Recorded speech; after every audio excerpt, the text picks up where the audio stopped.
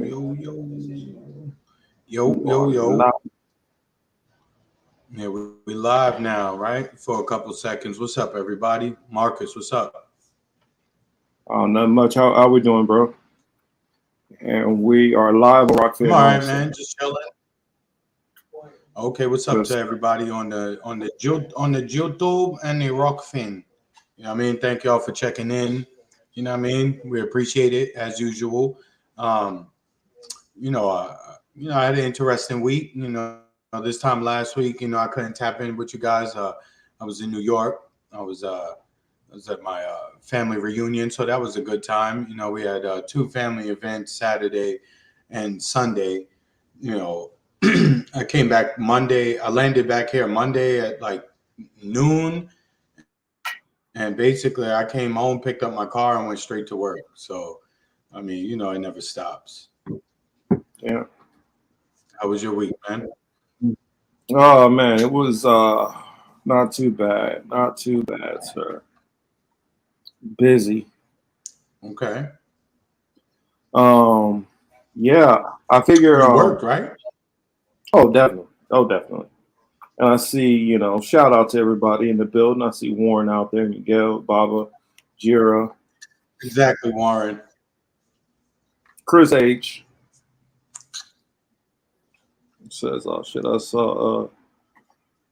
It's kind of funny. Y'all to see the memes that have been going around um, for all the California people who are freaking out about this tropical storm coming in.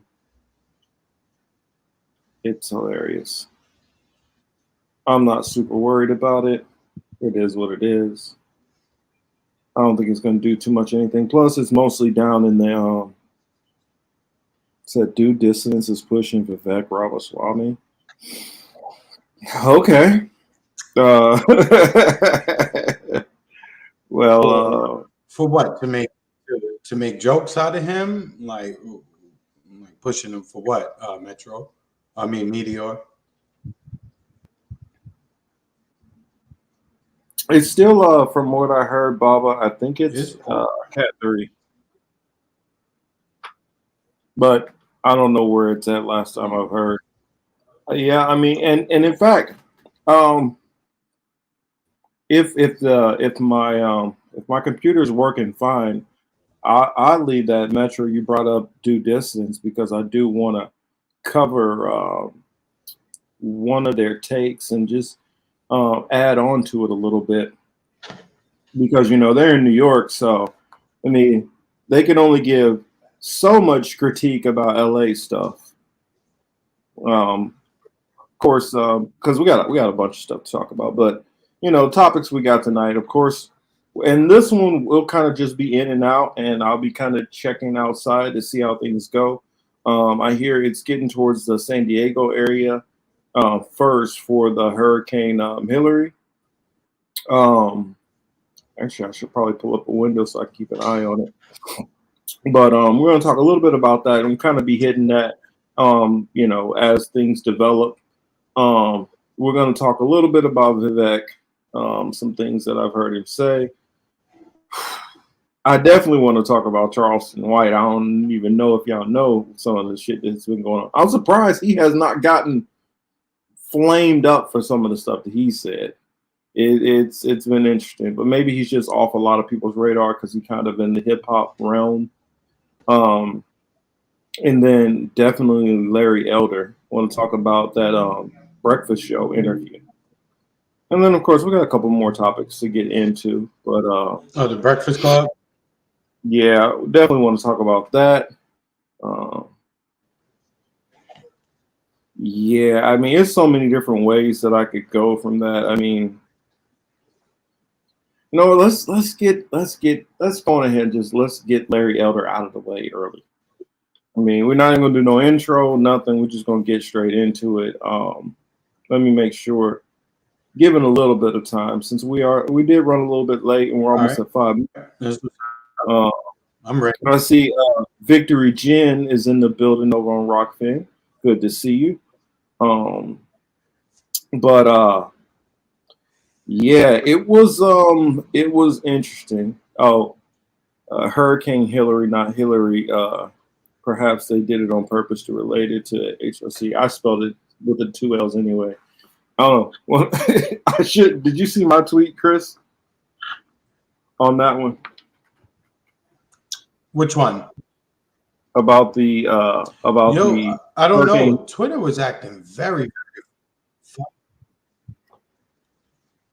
Yeah, let me see Oh if no, I didn't. I'll see if I can find it and read it off. Poking a little bit of fun.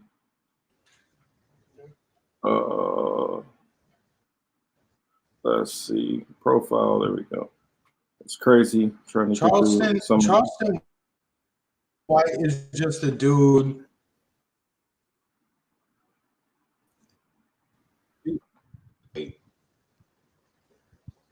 Uh-oh, you froze up. Didn't catch anything you said about Charleston White. Am I back yet? Yeah, you're back now. I didn't say anything. I stopped. Okay, no, I didn't say anything about Charleston White. I just said I started to say something, but then I just said I'll wait until we get into it. We'll save it until we get into it. Because this is what Chris's comments. Yes.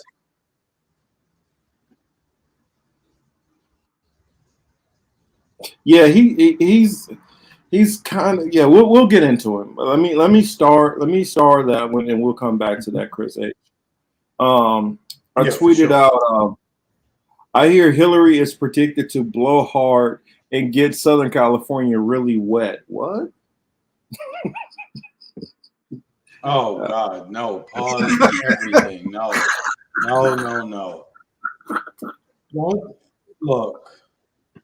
Look, no. You can't even use Hillary in the word and that W word in the same sentence. That shit is like Sahara Desert dry, B. You know what I mean? That shit is it's dry. Like my mother used to say, it's as dry as a chip. You know what I'm saying? That's the Hamza, what's up, man? I see you. That's the snapper trapper, because that thing, it probably had nothing inside of it so long, probably just devouring things. It's like Little Shop of Horror down there. Okay. All right. So that's right. That's right. That you know what? We'll leave that for Marcus. We'll leave that for Huma Abedin to deal with, right? And Anthony Weiner. Yeah. We'll trying to get Anthony's Weiner. Let's see. Here it is. See, I've been watching too much Cam and Mace. They got everybody on that shit again. I don't want that to start already. Hold on. Independent of thought and actually. Let's back that up a little bit. I love his little intro. Are you familiar with the amazing Lucas? Even KY absorbing.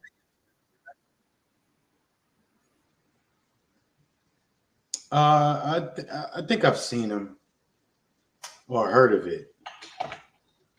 Yeah. I've kind of late become quite the watcher of his content, kind of a fan. So shout out to Amazing Lucas out there. And to anybody who's on to him, listen to him, I need to check out his commentary. He's been doing some good work lately. But he hopped in on this Larry Elder stuff, and I thought it was kind of fitting because he is a former Republican. I watched the whole interview, mind you, and he does a better job of explaining it. Please do not waste your time going to go watch it. I just learned that dude is very good at being a bullshit artist. And you can tell he's been doing it for a long time. He's still citing a lot. He's still citing a lot of the stats going back to like the 1990s. So, but here, without further ado. Lion Larry is at it again. Oh my goodness. So there was a point in time when I was in the sunken place that I held Larry Elder at high regard.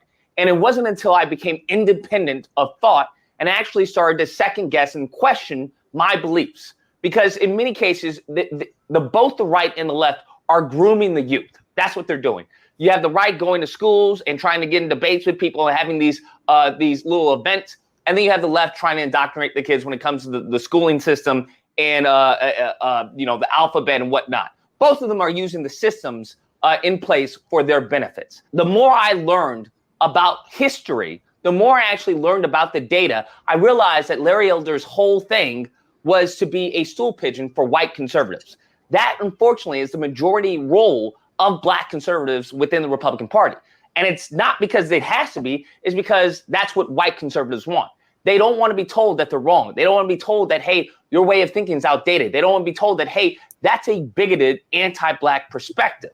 They don't want to be told that what has happened in the past is having a rippling effect in the present and will in the future. They don't want to be told that. Nevertheless, Larry Elder uses a whole bunch of rhetorical techniques and tactics in order to sound intelligent, which he's not. Because once you start to look and analyze the data, once again, I don't believe women, I don't believe men, I believe facts and evidence. Once you start to look at the data, you realize that a lot of his data that he uses is antiquated. It's outdated because he's been doing this. He's been tap dancing and shucking and jiving for quite some time. So no one's ever actually had to call him out on his data. In addition to that, he uses a bunch of platitudes. He uses a bunch of sentiments that, if you don't resonate with them, they're not going to hit. But if you do, which is what he's accustomed to, which is talking to a friendly audience, which is white people, they don't even second guess what he's saying because it falls in line with their beliefs.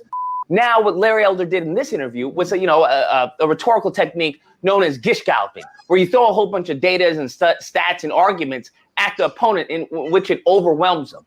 Now, the benefit of this is that it makes you sound intelligent, but when someone has the time to go point by point, right, in the arguments and the data that you presented and actually look into it, that it falls apart because much of the data, as I've said before, is outdated, it's mischaracterized, and it's just basically lies. And that's what he does in this interview.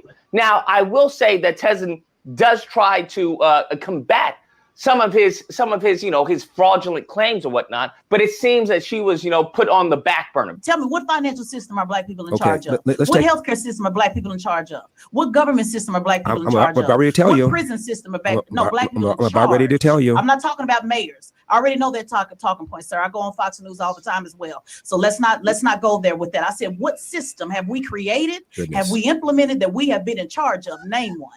Is this why you don't like talking to black women, Larry Elder? I beg your pardon? His first lie that I thought was pretty obvious to anyone was later on in the interview, in which he says the majority of people in prison are there because of violent crimes. We didn't really get into mass incarceration, but most people who are behind bars because they committed a violent crime against somebody else. The lie detector test determined that was a lie.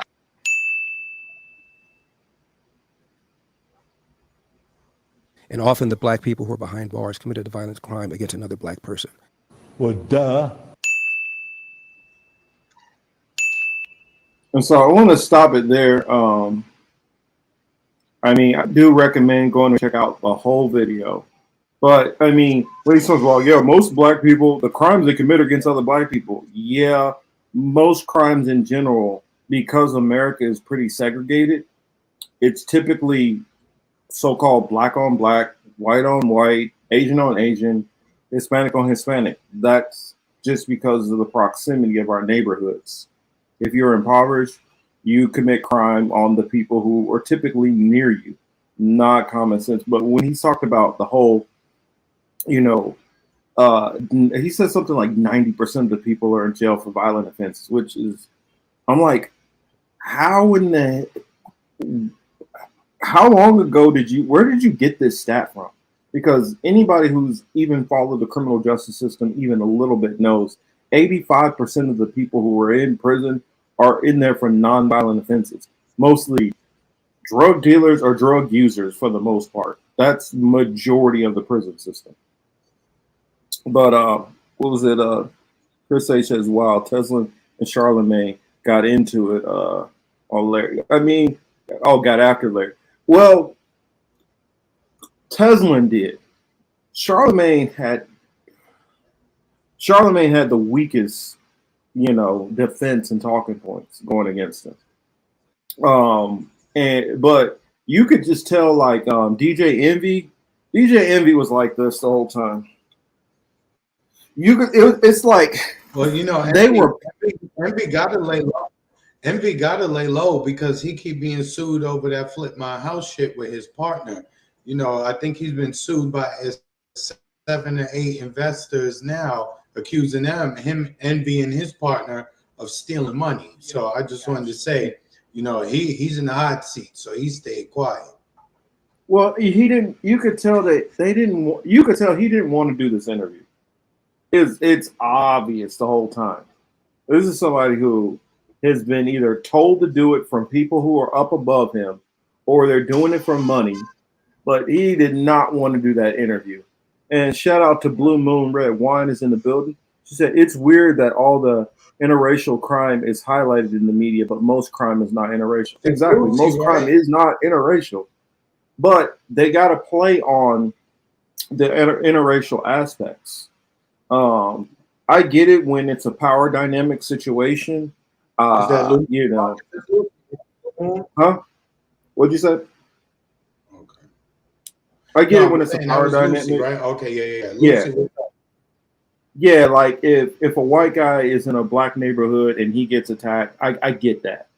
I mean, if cops who are known to racial profile and they attack a Hispanic guy, I get that. I get why that's in there.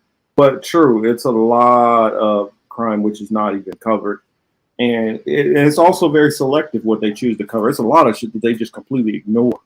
And then Metro Dream says, my neighborhood in Baldwin Park. Oh, you're in Baldwin Park area? Oh, well, we ought to meet up sometime. I know exactly where Baldwin Park is. It's mostly Hispanic and Asian, very rare white or black people. Yeah, I mean, just the way this whole country is set up, it's set up and split, so you don't have these issues. Thomas says, ideologues are set in their inherited ideological ways. Larry seems to fit this, but with the pseudo-American exceptionalist ideology.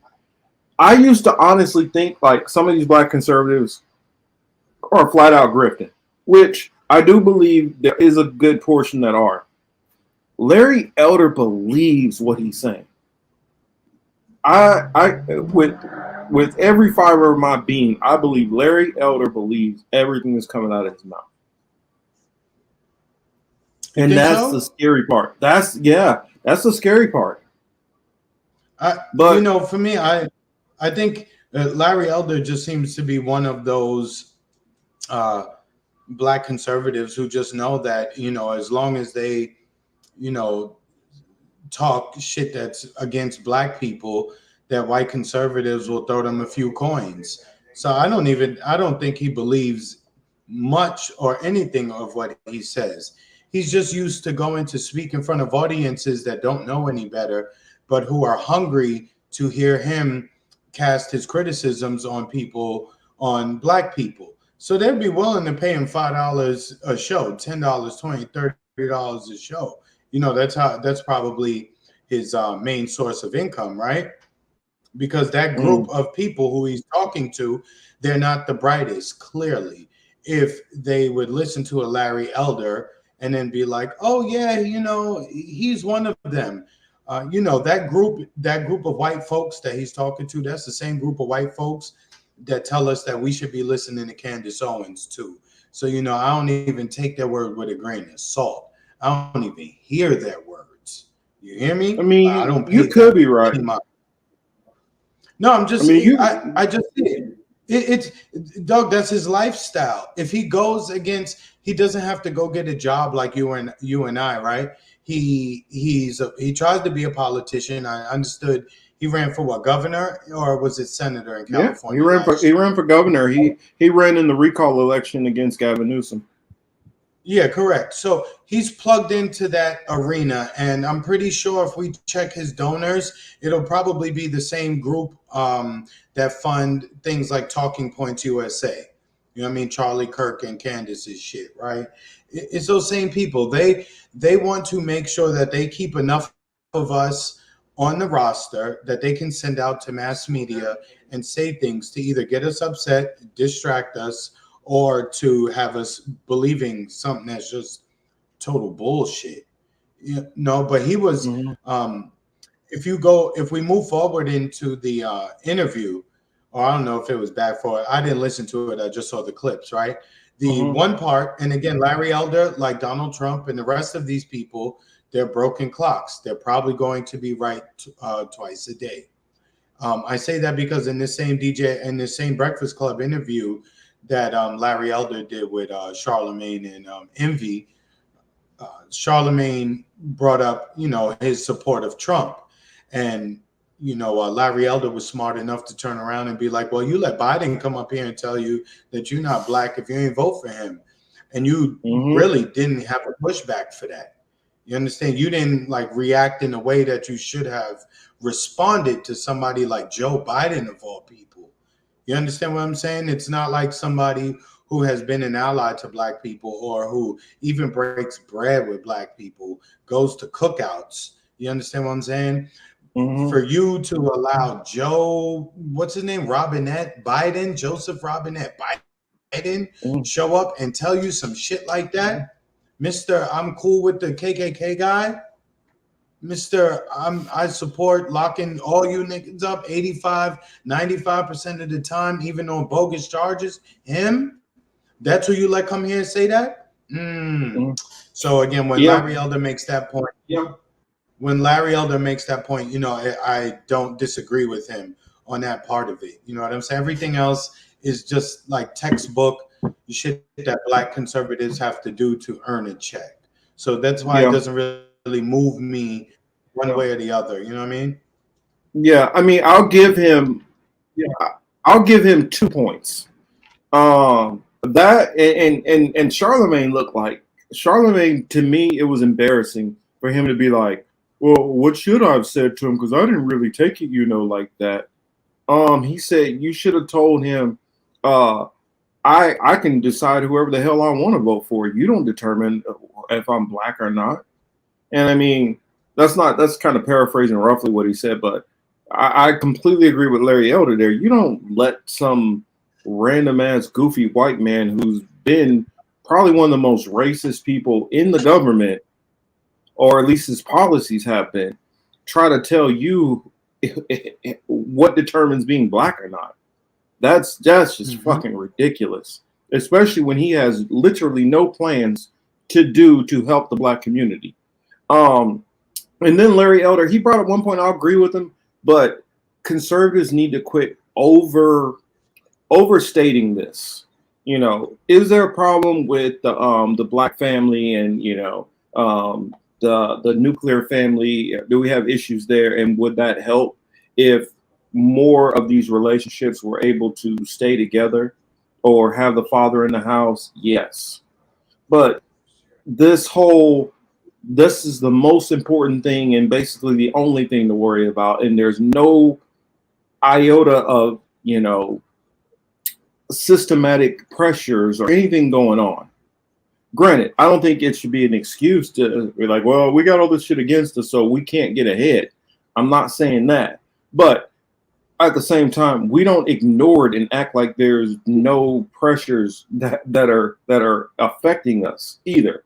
And that's my problem with every single one of these black conservatives. They act like literally nothing is happening at all. And it's all just about black people and their own mistakes. And it's like, okay, well, are you saying that black people themselves as a whole group of people are just defective or morally deficient, or that we're not as intelligent as other people to get ourselves out of it?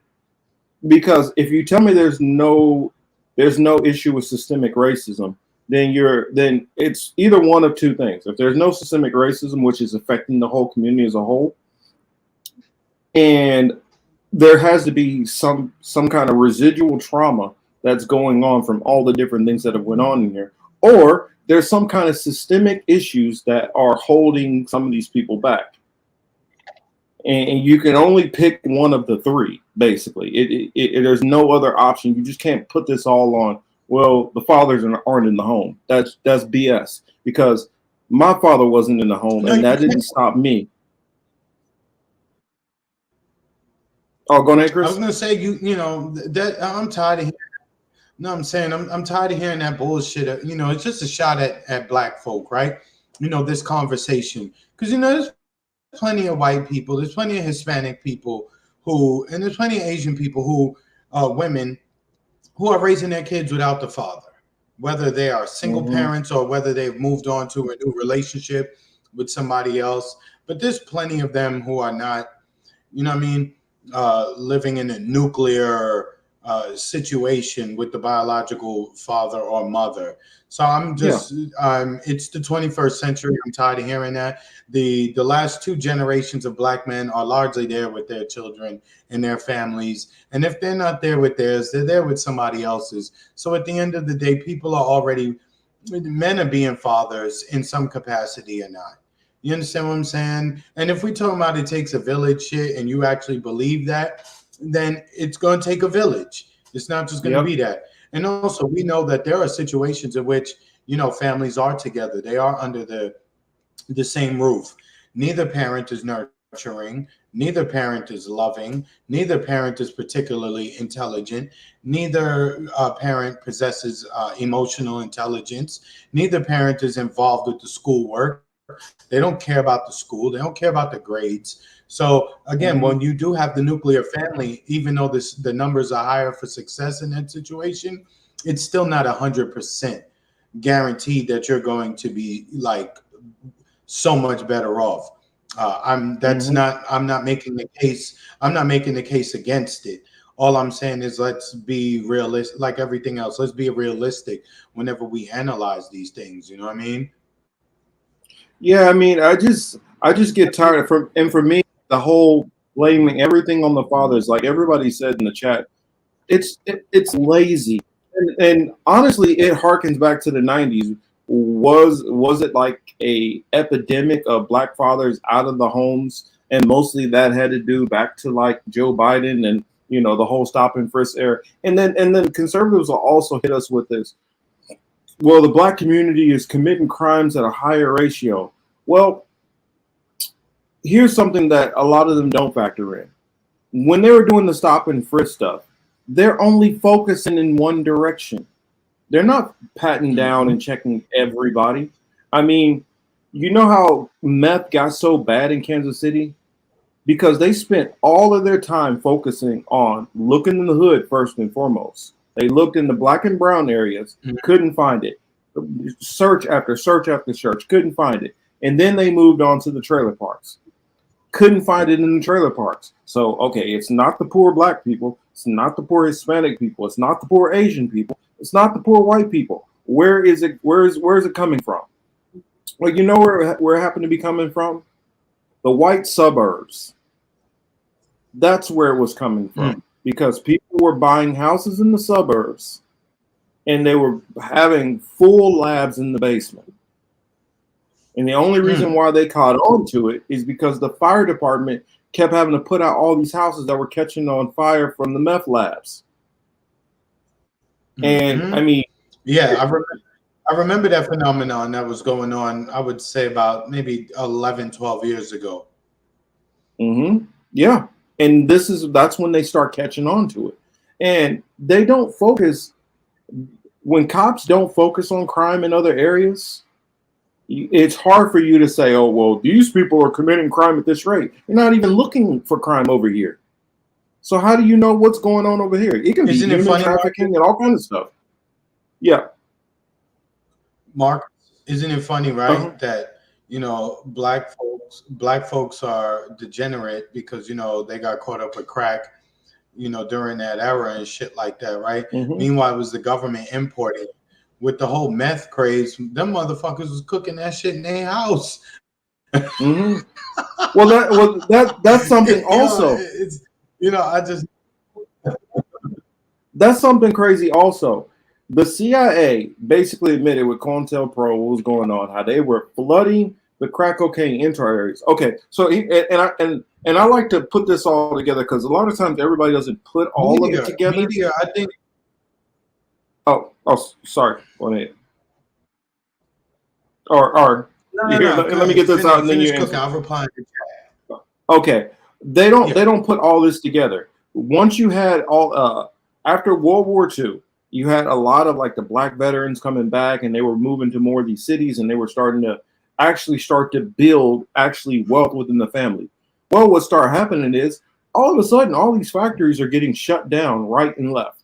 After all these factories start getting shut down, you start basically taking that middle class out of a lot of these black and brown neighborhoods. And then what do you replace it with? Cocaine. Put cocaine in the neighborhoods. And then a little while longer, then it turns to crack cocaine. And then you come out with a 3 strikes law on it. So Joe Biden, who was a part of agreeing with all this Iran-Contra crap, was part of the problem why there was such a bad drug problem in the community. And then instead of saying, you know what, why don't we try to fix this, what we've been doing with the CIA and all that? No, you just decided that you want to lock all the black people up after you basically said, here, we're gonna take away your opportunity. Now we're gonna give you an illegal, risky opportunity to make money. And then once you do that, then we're going to throw you in jail too. So it was a trap on top of a trap on top of a trap. And a lot, and these black conservatives, a lot of times they go to these numbers like, oh well, from the 40s into the 60s, you had a 40% wealth increase, and then where did it go all of a sudden? Do you not remember all of the black leaders and stuff getting assassinated and jobs being shipped out, and a lot of these factory jobs start leaving and unions being busted? You guys don't remember none of that stuff. Just all of a sudden, just everything just went downhill all of a sudden, and they ignore it all. Sorry, go ahead. No, you make a good point. You know what I mean?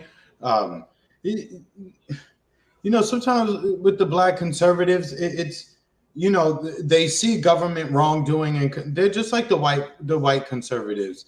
They see government, they see mismanaged governance. They see corruption. They see the ills of government in every single facet of life, except for when it comes to black people. It's almost like, shut the fuck up. You guys shouldn't be saying anything, and you damn sure shouldn't be complaining about anything that this place does. It's weird. But again, no, it's not weird. Let me change that.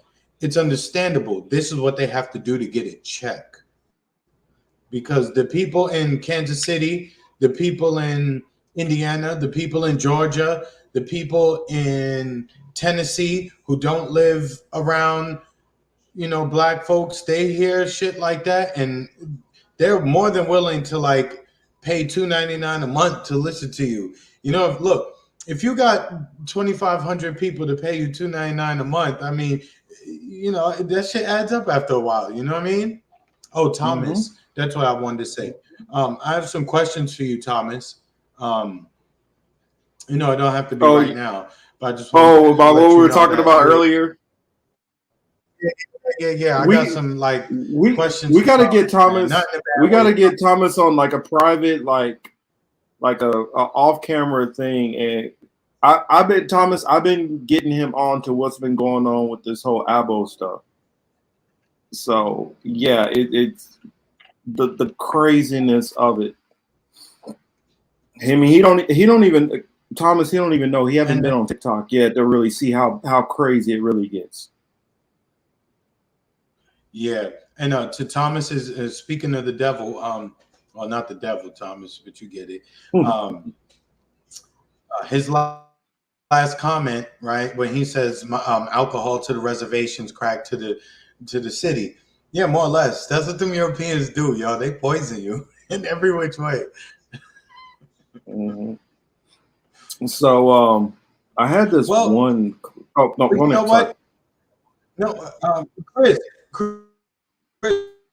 I would say I would just push back against that a little bit to say that they didn't deindustrialize Black America, because I mean, let's face it, the black men in those plants in the Midwest, in Michigan and the like, in Detroit, shit like that, you know, they were working next to white folks too. So when Yeah. the thing that the black people was the start of outsourcing, and then we had the same. So when people like Larry Elder talk that, oh, black people from the 40s to the 60s did this, da da da da da. Well, 70s, here comes the outsourcing. It starts, and then by the time we get to this very start of the 80s with Mr. Reagan, they fucking put that shit on steroids. So you have the two. You know, it's a double. You know, it's an attack from both sides, right? It's like right hook, boom, outsourcing, left hook, bang, crack, and then you wonder what happened to the community. You know what I'm saying? The plan of outsourcing, globalization, whatever you want to call it. You know what I mean? I was obviously not specific to black folks. The introduction of crack itself into neighborhoods like ours, Marcus, that clearly was deliberate and meant to hurt us in a way that it wasn't meant to hurt everybody else. And yes, crack did spread. You got white crackheads, Hispanic crackheads, Asian crackheads. You know, you got crackheads of every sort. However, it did not affect those communities in the way in which it did ours, because like you said, it was compounded by the fact that you then sent the police. And then it was compounded further by the fact that the courts are involved and they give people long sentences for this stuff. You know, so it was just very nasty. You know, there's no other community that can really look to that and see how they did it, with the exception of the natives, right? But even them, at least not in this century anyway, at least not with the mass incarceration, they just left them with the depression, the psychological depression of knowing that most of their peoples are all fucked up and were, you know, slaughtered. So that depression itself kind of does the job for them. Well, technically, a lot of people don't know, per capita, Native Americans actually have the highest incarceration rate. They actually are at the top of the list. Yes. Yeah, capita-wise. Yes, they are. Yes. But also what the natives have to deal with is they have to deal with the trafficking issue. Because of how the federal laws are, that they're not able to pursue the people off of res lands to go after the people who are trafficking and committing crimes on the res and then run off. It's a crazy system we're in. Yo, media was funny with that. They the model minority. Yeah, I mean, if you get into certain cities, you see stuff a lot differently. I mean, and I'll say that the gang problem got really bad once you had the closing of the factories. As you start having more and more outsourcing, and then you had I can't remember what it was before NAFTA. You had that big, you know, exclusion that happened right before NAFTA, and then once NAFTA came, it really wreaked havoc, especially across the Midwest. Let's see. Yeah, Chris and Marcus both right. Yeah, one of these times we gotta set up some kind of like live or hop on the phone together and talk about this, like, because it's some craziness going on. And we're with you, Thomas. We're not for any of this Native American erasure. Look, I want to address Lucy's comment. Right? She said, "I'm starting to think that might be the primary difference between poor Americans and immigrants." Experience economic poverty, right? U.S. Americans, poor Americans, more psychological control with the drug epidemic. You know, absolutely. And I think I may have said it on the show before, but if you read like Sidney Poitier's book, he said growing up poor in the Caribbean still meant access to food. He could go to a neighbor's house and get a plate of food. He can pick fruits, and he can pick fruits from the trees.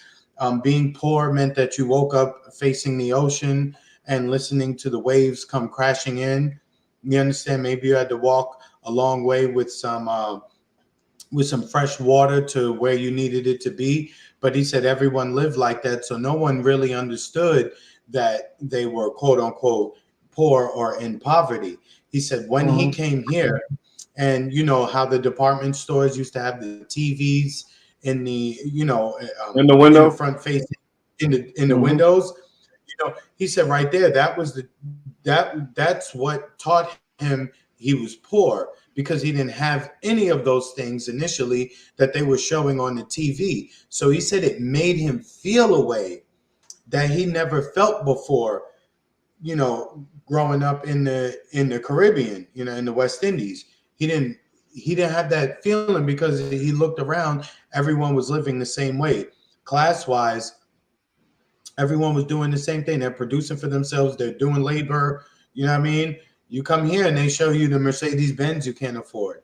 They show you the house you can't afford. They show you the jewelry you can't afford. You know what I mean? They tantalize you with that, and it does something to you psychologically. You know what I mean? Because then you start to feel funny because you don't have these things. So it's just something that I did want to add on to Lucy's comment. Well, that has something to do with it, but here I'll give a viewpoint also, because you two both are speaking from kind of children of immigrants, so you're kind of seeing a little bit differently. But Correct. But as a lot of these people who they had this, and you have a car, you have the payment, you have this, you have that, and then all of a sudden you lose that. Now you're flooded with all of this debt and pressure on you to try to maintain what you have. And so if you're already poor and you don't have anything, it's different than having and then losing and trying to keep juggling everything. And that pressure that's put on people, because that's when you had a lot of the people, especially, in the late 80s and 90s, feeling like they need to sell drugs to keep a roof over their head, because mom had already had the house, and the house that got passed down from grandma or whatever.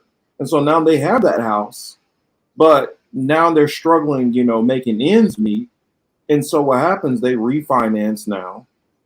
Now they're trying to just maintain what they have. And so a kid seeing his parents struggling, he wants to help out. And if you see people out on the corner who they're pulling in $2,000 a day, and we're talking about the 80s and 90s, I mean, imagine you see somebody out there and they're making $10,000 a day. You cannot tell me that that's not going to be tempting for you to get out there and to do that also, to try to provide, to keep a roof over your head. And that's part of why they call it the trap. You get lured into it, and then being the person who's out there selling that stuff and getting into it, you're just as much of an addict as the people who are using the drugs.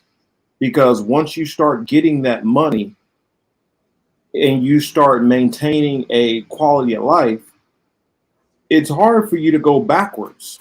It's hard for most people to go backwards once they start doing well, to go back to living in the slums. You know what I mean? Whenever Exactly. They jump off the bridge because they're just like, yo, life, this can't be life. And then they take their own life. They jumping from scaffoldings, rooftop bridges, jumping in front of fire trucks, trains, and all that shit. You know what I mean? Streets. Is that better? I turn my volume up. Yeah, I moved a little bit closer to my mic. Just I turned my volume up a little bit. Hopefully that's better. And Meteor, you said South Americans are given more preference in the U.S. than it just depends on where you are. If you come to South, if you're in South Florida, then if you're Colombian or Venezuelan and you have some money, then you got it good. But outside of that, in New York, it's not that way. I can tell you that much. In New York, it's not that way. South Americans, they don't get no extra preference in New York, let me tell you. and you move into the Midwest, they don't see no difference. In the Midwest, all y'all are Mexicans. That's how they see it. Everybody's a Mexican in the Midwest. You're gonna be like, but I'm from Spain. I'm not even from the Americas. You're a Mexican. That's how they see you over there. It's the same thing. Like if you're from the Middle East at all, everybody is an Arab. You can be like, but no, I'm not an Arab. I'm actually a Sikh. Persian. I'm I'm a Persian. Persian, and you can be anything else. No, you're an Arab. And that's what happens when you get into some of these states, which are like 95% white. If you're the other, they decide what you are a lot of times. Yeah. I know, it's just a different swing. From Spain. Oh. Yeah, But, yeah, of course there are. Yeah. Marcus, also too, we were just talking about Larry Elder, right? Yeah. And talking about just talking shit to get you money. I think that really takes us right into your boy Vivek. We may as well just, Vivek, okay. We may as well start discussing that topic, because to me, Vivek is the same thing. Get on TV, say things that a certain segment of white conservatives will like. They will back you in your political aspirations. You know what I mean? I don't even know what his last name is. I'm not knowing because Ramaswamy. He is not coming from my people. When I'm telling you my people are not liking him, they do not like him. I'm talking to my people across the street. They're saying, no, Vivek, we do not want you, Vivek. They're gonna kill you one day over this. Oh, did you see what he did? Tell me you didn't see him trying to do his lose yourself? I did, on the Eminem shit, right? Yeah. Yeah. I'm not gonna play it. I'm definitely not gonna play it. Nah, we ain't even gotta do that to the people. You know what I mean? We'll spare them. You know what I mean? But with that being said, again, I've said it here before. Certain Indian people like Vivek, and his family, they come here. They they don't just try to assimilate. They just try to become white people. And if you if you just stripped him of his color, he's a white American in every sense of the word. He's not an Indian American or da-da-da. He's a white conservative American. However, he's given light now because he got a little bit of melanin to him.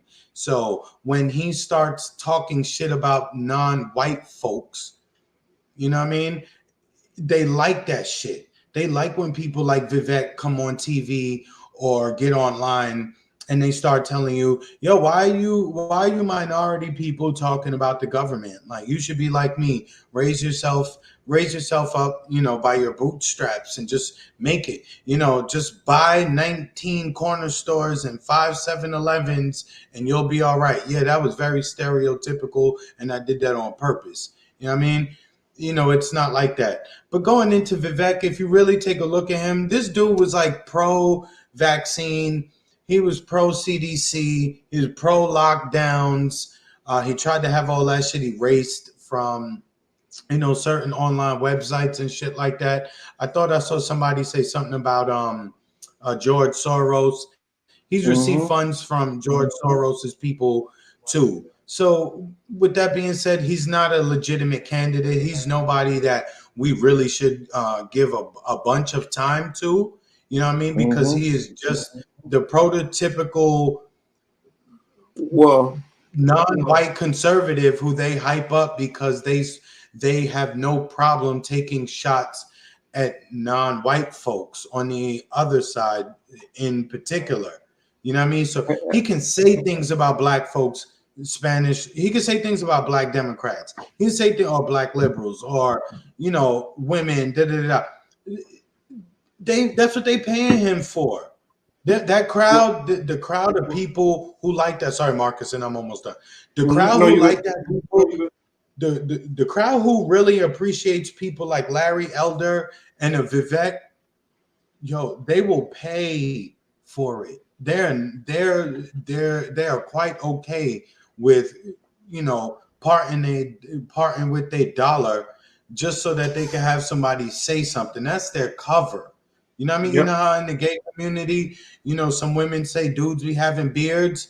Well, they the beards. You know what I mean? You the test. whatever. I was gonna say something real foul, but I know, whatever. You're like, it's still early. It's still early. Not get too hot yet. But Well, what you were there's a for conservatives.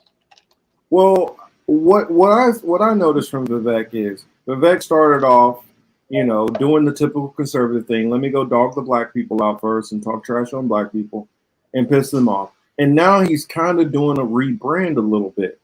He's trying to pull a RFK. That's what it looks like. He's trying to fill into everything that RFK was doing. I don't know if you've seen The Hill. They did a pretty good segment on him. And I don't know. Well, I guess I don't have to pull up the clip, but he started talking about, 9/11, and he started talking about, not trusting some of the stuff going on with the FBI. And he started going into all of these different so-called conspiracy theories and start wading into that lane. That, the CIA was importing drugs, and now he's trying to. I look at him as, and I know for those people who liked Andrew Yang ain't gonna like this, but I see him as this year's Andrew Yang, just on the right. And I tend to see typically these Asian American, whether it's Indian, Korean, whatever, these Asian American immigrants, especially that first generation who grew up in the States, Sagar included, like Lucy brought out. They come in with such a disdain for black people, and I'll actually say all black and brown people who grew up here in this country, not realizing that the civil rights that many of our ancestors fought for is what opened the doorway for everybody else, and opened up these opportunities. Because if they didn't go through this through the 50s and 60s and 70s and even before that, they didn't do half all of these that. people wouldn't, Marcus, 90 some odd percent of these people would not be here. Exactly. And the crazy thing about it, now that I live in California, what I've learned is in California in particular, they literally kind of did a game of, hey, come here, Asians, especially the Korean population. I saw what you said, Meteor, especially the Korean population in particular. Hey, they're bad people. They're lazy. And they fed all this in there. And then so the Korean population, their proximity to white, they started to take up that. And they were pushing the whole model minority myth. And that's when they started pushing all of these different things to get these people on their side, because they knew with the advances in the civil rights era, it might start to become some competition. So they were worried about being outnumbered and that the number is growing because now you got black and brown and all these other people. So they started flooding in to the West Coast, more and more Koreans and Vietnamese and Indian and all of these different people, especially on the West Coast, which have a very, very anti-black sentiment. Well, they have a lot of people sentiment, but in particular, and especially in the SoCal area, in the Bay Area, I hear, for instance, like the Chinese community is not so anti-black as down here, but I mean, it's still there also. And then, yeah, like Indians come because of tech. That's something that we're not factoring in. Also, a lot of these Asian they're coming in with an educational background. These aren't just the average run-of-the-mill. These are the upper echelon. But Marcus, the more conservative-leaning types already before they got here. But Marcus, we have to be honest about it too. Yes, they came here because of tech. That is because they are willing to take far less than what Americans take. You know what I'm saying? So, well, not these. The ones who are coming in from like India, like the Bengalis. These are coming in with these tech jobs and coming in on a whole different type of visa, and then they're going through the process faster. They're jumping ahead of all the Hispanic immigrants. Yeah, Marcus, that's because they take far less than what Americans would do. We see it all the time in every single industry. This is why they do that. It's not that the Indians are so far advanced than everybody else. You could train Americans to do this. You understand? You could train Americans of any color and stripe to do what those Indians do, right? The ones in the tech sector.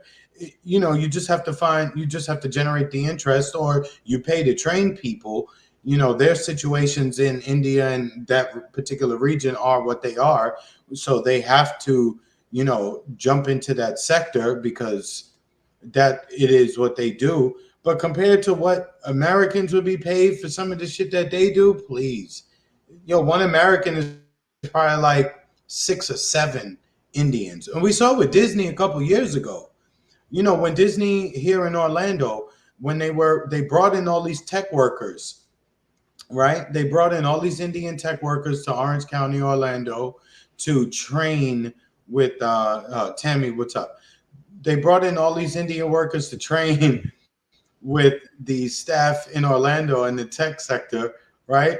Yo, as soon as they was all trained up, Disney was like, "Oh, we're doing layoffs." They laid off all the old IT people, and they kept all of the Indian imports that they brought in. You know, so well, that's I mean, all the tech, you know, companies out here in the Bay Area, and the high paying ones, like all up there in that Bay Area, is predominantly like Indians, and so and those it's one, and that's what's and that's honestly what's blowing the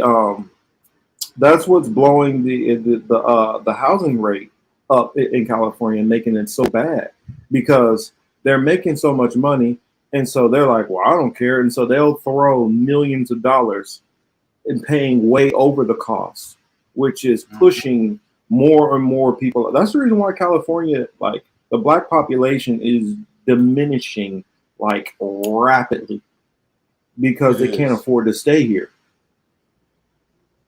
But you know, that's, you know, the Vivek, all I see him as, and you know, my final words on him is, he is doing his best to, you know, fill that RFK lane. And since RFK decided to run as a Democrat, which is not very bright considering most of the people he's going to appeal to would be registered Republicans, Vivek is going to fill that role. And I think Hamza said, yeah, he's trying to pull in liberals. As long as he has an R by his name, no liberal's going to touch him with a 10-foot pole. So he's trying to pick up the ones who are in the Republican Party, which, you know, are those moderate Republicans. Mm-hmm.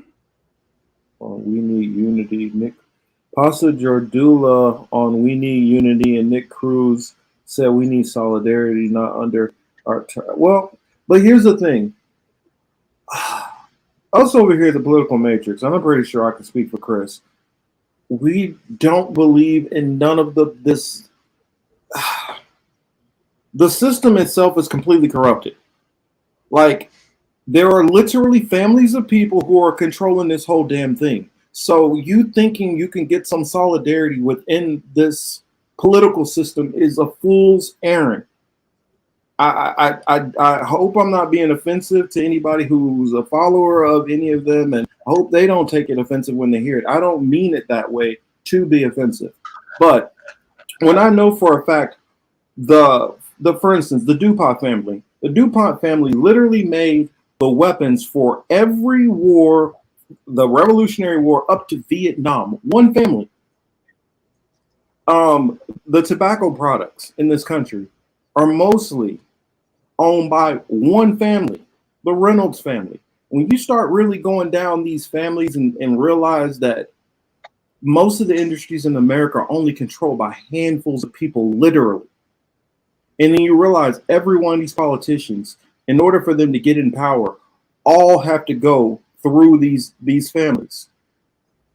That's just how the game is. And anybody thinking, well, you can do this third party, blah, blah, blah, blah, blah. No, it literally takes billions of dollars to run. You can't get around it, because these people still control all the media airways. Unless you get on the media airways, you are not going to get in front of enough viewers to get the votes. That's how they control the voting box. Also, many of them literally control these the what are they called? The ballot boxes.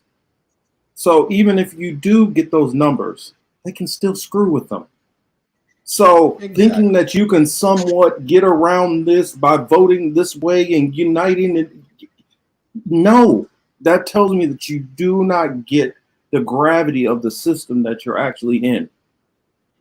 Because after what was his name?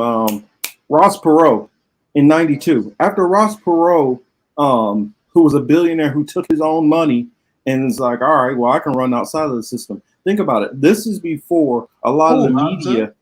This is before a lot of the media had, start conglomerating down to the smaller levels that it is. Mm-hmm. When he did that, they decided right afterwards. That's why you start having every single state. There's different paperwork. You have to get this amount of signatures. That's the reason why they changed dates on this and changed dates on that. And so they have literally designed it where no third party will get, no third party has a chance, period. I don't care if you want to start a new party tomorrow that you feel is not going to be corrupted. You're not going anywhere. You got to play within the two-party game. And within that two-party game, there are bosses and there are gatekeepers within both of the parties to keep everything on the track that it's on. I mean, I get it. It's a reason why our channel doesn't blow up like some other channels, because we see this and we talk about this. Correct. But and we're not, that's the reality. And also too, Marcus, because we don't play that bullshit game of like, oh, RFK or who's the other, Cornel West or Donald Trump. I like to tell people I'm fully divorced from all of that. Yeah, 100% divorced. So to me, it does not matter one way or the other whether Mr. Alzheimer's himself gets another term, or Mr. Dumbass orange or yellow hair gets in there, or Gavin Newsom, Hochul, DeSantis, whatever. It makes no difference to me, because the system is still going to operate the same exact way that it did. And, RFK, I keep seeing people talk about RFK. I saw him on Hoffa's show, and I've seen him a couple other places. Number one, I can't listen to him too long. His voice is annoying. I understand he has a condition and shit like that, but I'm going to just keep it real. Listening to him is taxing. It takes a little bit to listen to him. At the end of the day, he is 100% establishment. Yeah, he may be correct on certain things as it pertains to COVID, as it pertains to the pharmaceutical industry. Absolutely. Is he pretty much right on that? Yes. Is his concerns about a vaccine, is that good? Yes, it is. However, he's with the shits. This dude ain't saying, you know what, I'm gonna cut the military budget in half and try to way to move that money back into the economy, so maybe I can help some of y'all with rent, because we know that shit is out of control. These people talk about everything except for shit that affects us on the daily. You understand what I'm saying? The cost of groceries, gas, rent. That's the main shit right now. That shit is fucking so many people over, and we be sitting here talking dumb shit about stupid shit. You know what I mean? I mean, we're guilty of it too, but let's just be honest. RFK is not anybody who is going to do anything. So fine, maybe he said, I'm not for lockdowns and da-da-da-da-da. I don't see him calling for Fauci to be locked up, investigated, right? Or anybody else tied to it, because it wasn't only him. You understand? So I don't hear that. So it's just like, yo, dog, But Chris, even if they are for this party, or even if they're for, oh well, I'm pro-vaccine or I'm anti, it doesn't matter, because they're going to prop up the people who they want for their agenda. That's the part which people are not coming to the grasp of. I mean, Here's something which most people don't even think about. They and I hear a lot of these people. They focus domestic policy, heavy on domestic policy. What they don't realize is a president does not have damn near anything to do with domestic policy. A president literally spends Or most of his time economic looking at policy. foreign policy. Yeah, Or they spend economic policy. yeah. Presidents spend most of their time working on dealing with foreign policy, which coming in office, they have literally no clue what the hell they're doing. They have no clue about the military and how these different nations work together and Interpol. They don't know anything about any of this stuff. So what do they have to depend on? They have to depend on some chief of staff who is going to have the generals come in there and give them option A, option B, option C, which they don't know which one's a good decision at all. They have no clue. They're all completely at the mercy of the military industrial complex and all of these different, the pharmaceutical industry. They are not making decisions. They have no power. So all this emphasis on Vivek or even the dumbass Larry Elder, and none of these people are doing anything. They don't run anything. They're gonna always be somebody put next to them who is going to be the person who's really instituting what's actually going on. I.e., you had Larry Summers back in the day with Clinton. You had what was his name? Pencil neck dude who was with Trump. Jared Kushner. I can't remember who Biden has. I mean, whoever the chief of staff. That's who's really running most of this stuff. I hope you guys understand that. And that chief of staff is normally put there by somebody on Wall Street. And i.e. by Wall Street, when we're saying Wall Street, this person is typically put there by BlackRock. Mm-hmm. And then if you want to go deeper and really dig into BlackRock, then you actually start understanding who is actually controlling the system. But most people don't get it. They really, and I get it. It's hard. It's hard for people to realize, damn, I'm actually screwed. I actually can't get myself out of that situation. It is what it is. But I mean, I guess maybe it's easier for us as two black guys for us to understand it. Our ancestors were enslaved. It wasn't much that they can do about it. It really wasn't much that we could do about it. It's two choices: you rebel or you go along with it, right? Yeah. I mean, and even rebelling, a lot of times that just means you were going to that you were about to be out of there. That's all. Die or submit. That's basically what it meant most of the time. So, Marcus, did you see Alex Jones say that the COVID restrictions and shit is coming back in September? I've heard that, yes. So, this is what Alex Jones is saying. I'm glad Alex Jones said it. Why? Because they don't want him to be right. Right. So if Alex Jones is saying it's September, October, hopefully they don't want to give him the benefit of the doubt. And hopefully they say, yo, scratch his plan. Right. Well, I mean, logically, it makes sense because they don't really want to put Biden out on the campaign trail. It's already grueling how many stops you have to be on and the flying and back and forth. And he can't sit there and take nap time every day. His 5 hours of nap time or more that he does all day long. It's a lot. Yeah, I mean, so, and here's the thing. A lot of people don't know. Trump literally had like 8 hours of his day scheduled to TV time.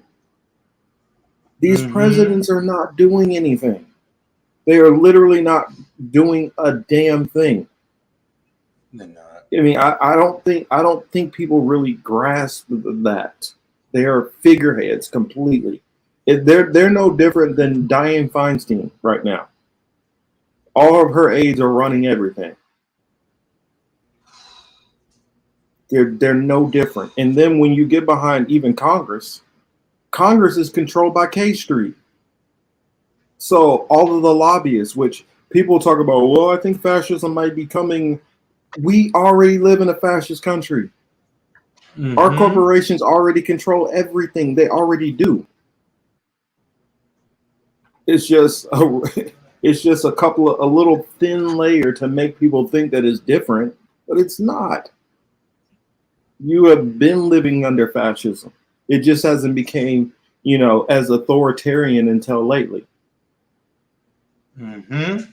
And what's going to happen is each little bit, they're going to ratchet that up a little bit more and a little bit more to see how far they can get away with it. And then once you act a fool, that, whoa, we'll back off. We're not going to do that. That's what happened with this whole lockdowns and all this stuff. Mm-hmm. And then each time they keep trying, it's going to be less and less resistance. Marcus, I'm going to go get a drink. Go ahead. I'm listening. Okay. But y'all, I mean, and I'm willing to, I mean, Pasta is my boy. Don't get me wrong, but I would debate him in a heartbeat on this. I mean, I just don't think a lot of people get the gravity of the situation. And that's my issue with that. Let me check my phone real quick to see if we got any updates on the storm. You sent me something, Hamza? What'd you send it to me on? Let's see. Actually, it's sounding all quiet outside for me. So you got Hurricane Hillary coming. I mean, yeah, Hurricane Hillary. Y'all ain't got nothing to worry about. You know, she don't finish the job anyway. You know what I mean? She always lose. So y'all be straight. They just getting y'all hyped up the way that they got us hyped off that submarine, knowing that they knew exactly when that shit had fucking imploded, which was shortly after the shit went down into the water. But yet they had people, going crazy over 4 days. So yeah, it's the same. Chris, hey, well, hold on. Everyone needs to see it. I don't know how long is this, Hamza. Can't get into a long thing. We do got a bunch of topics to get into. A bunch more topics to get into. Chris H, I think someone threatened Bernie's grandkids. He's too old to care. Thank you, Lucy. This is what led me down the breadcrumbs of really finding out what the hell was going on. I always felt like it's a possibility that if Bernie can get in, he might be able to get one thing across the plate. But then I realized how he clamped down and how he completely folded like a lawn chair. That told me either they threatened him, they threatened his wife, or he was only supposed to get a certain level and he got further than he was supposed to go. And he backed it down himself. But in no way that he just, I just didn't make the right arguments. And no. Just like how because I remember it. I was literally at the Bernie rally here in LA at the convention center. And right after that, that's when I heard all of them dropping out almost like simultaneously. Because I remember what Nico was there. I think Pasta and Fiorella was there because I got a picture of me, Fiorella, and what's his name? Graham Elwood before he turned into what he's turned into. And then even what is in it? Status Quo, they were even there too. But yeah, all of that happened. You know what? Mm-hmm. And Marcus, as it relates to COVID, you already know my position. Like all that wearing masks shit was bullshit. They told you that the viral particles are tinier than the tiniest bit of spit that comes out of your mouth when you're talking sometimes. So with that being said, the viral particles can pass through that mask easily. So, I ain't with the mask, stupid shit. You know what I'm saying? I wasn't wearing one then. I won't wear it again. I don't know how they'll probably make people, stand up in line for their 5th, 6th, 7th, 8th booster shot. I refuse to participate. However, I like, Pasta's our guy, but just talking about RFK only as it relates to COVID is is kind of missing the point, right? Because he's not going to do anything to even attempt to deal with the military-industrial complex, for instance, right? You can hear him say this, you can hear him say that. You don't hear him say, well, you know what? We're going to cut this budget, or we're not going to continue military operations in this particular part of the world.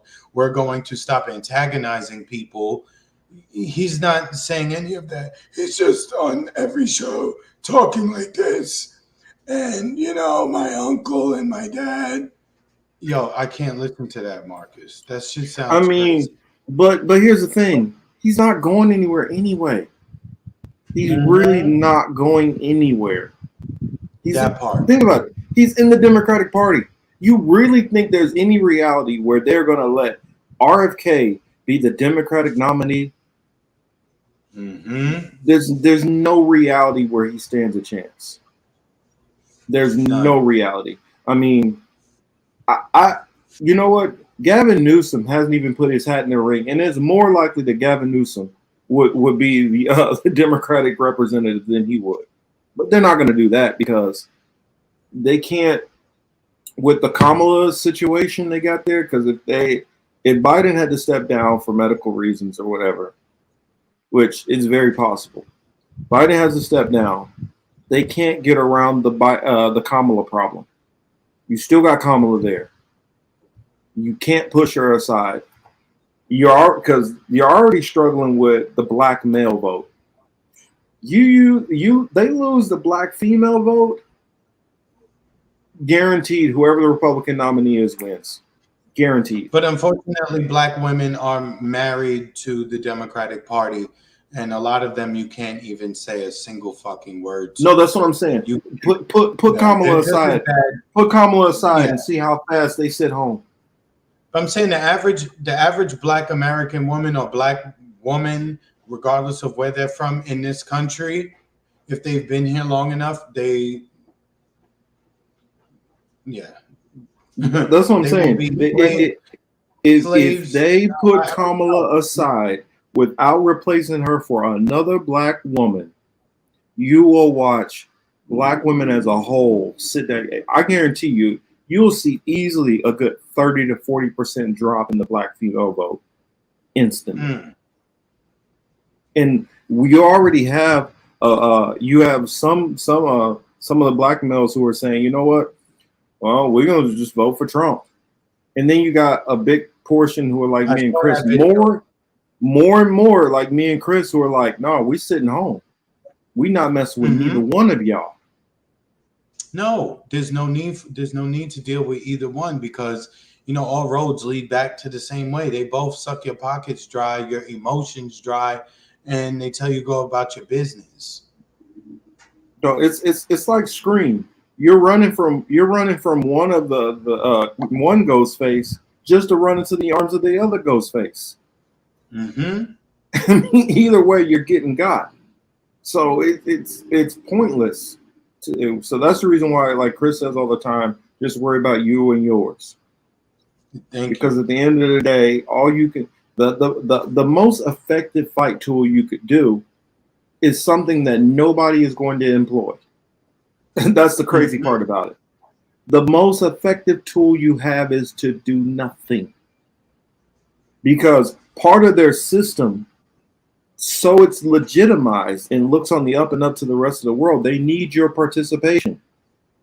They need to say like there was 190,000 voters and an X amount of percent went to, you know, the candidate of our choice type shit. But that's not how it works. Yeah.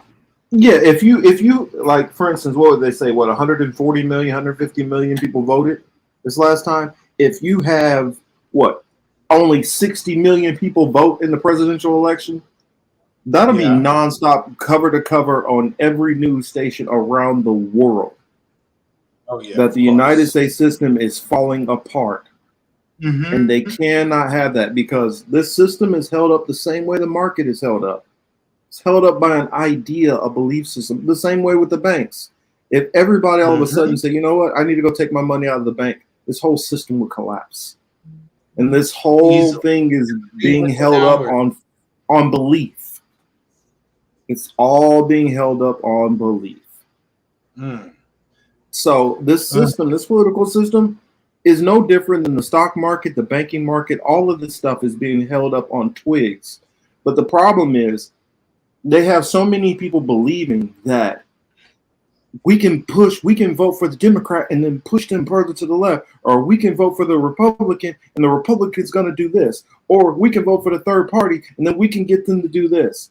As long as they got you all trying in this system, they look legitimate. And it keeps going. I send you the pic. You can show it to all. I just got it from Hamza. That's what I'm looking at. Well, right yeah, now. you can go ahead and put it up. Yeah, but that's the thing. This whole system is basically a giant Ponzi scheme. And that's the crazy part. You don't have to get out there in the streets and go and fight or do anything. You just all have to get on the same page and say, fuck it. It's that easy. And I can't put that up. So you do realize that this is on YouTube. I cannot put that tweet on the screen. They literally just yanked a video down from me the other day on my other channel. A video from 2 years ago they yanked down. Believe it or not, even though the WHO and all of these different people have come out with, okay, well, this that we said was wrong, that's not wrong, and this isn't misinformation anymore. YouTube is still treating this stuff like misinformation. YouTube is still treating stuff like misinformation, which the health professionals have come out and admitting is not. And the crazy part is, you can be a Jimmy Dore and get away with saying some of this stuff. You can be Russell Brand and get away with saying some of this stuff. But you can't be us and get away with saying this stuff.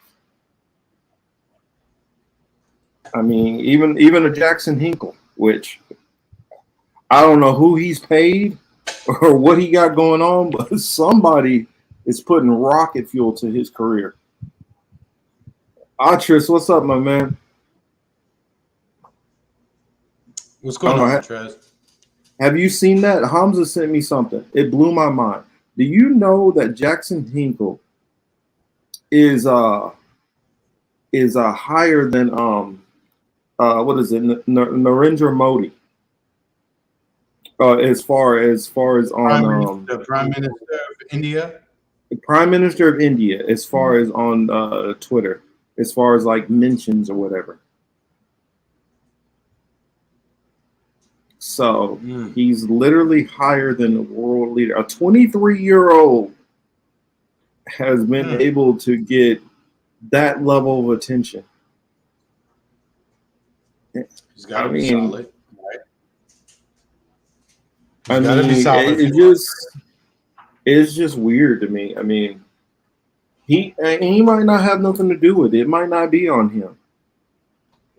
I don't know. There's a certain, when they talk about compromise, you don't always have to be a part of the grift or be intentionally part of whatever agenda somebody's pushing to be used. As far as I don't know the ins and outs. I don't even follow his channel that much. I mean, occasionally I'll tune in to something that he's saying, and I mean, I think more often than not on the whole Russia-Ukraine thing, I kind of side with his takes on it, and I'll give him credit. I mean, he's focused his energy on it and put in the work. So, I mean, I can't knock the guy. I mean, as far as that, but yeah, more views on Twitter than Modi and Trudeau. It's crazy to think that not that long ago, I remember when literally, what was it? RBN had more views than him. I mean, had more subscribers than him. It's kind of crazy. It's kind of wild. Let's see. Plus he got a Russia chick too. Oh, good. Well, good for him, I guess. People find love wherever they find it. So that's right. Well, till Chris gets back, I wanted to go into this since we're talking a little bit here and there about California. I want to go into Bill Maher and Marianne Williamson because we're talking all these candidates. Why not bring this up while we're at it? The fellows over at Do Dissidents, they did a decent job commenting on this, but it's a couple points that I want to get in and add to their commentary because I do live out here in California, and so I can add some context, which which I think it would be hard to add if you're not familiar with California like that. So this is titled "Bill Maher Clowns Himself in Marianne Williamson Interview," which I kind of wonder almost if Marianne Williamson kind of didn't pick Bill Maher because he's going to make her look more to the left because Bill Maher has kind of become a little bit more to the right these days, even though he still tries to play the whole lefty angle. But here, let's get into the clip. You know, folks, we have not been all that kind to Marianne Williamson over the course of this campaign. But she, I guess, learned from her appearance on the Jimmy Dore show not to go on programs that are going to make her look bad. Instead, go on programs that are going to somehow find a way to make her look good. And so she made her way to the Club Random podcast with Bill Maher, where she came off looking good by comparison because of what an unbelievable prick Bill Maher has turned into in his old age. Here's Bill Maher talking about how things are actually pretty good in America, and he bases that assessment on his personal experience riding around Los Angeles and America when he's out playing gigs. Here's Bill Maher talking about how actually, things aren't so bad.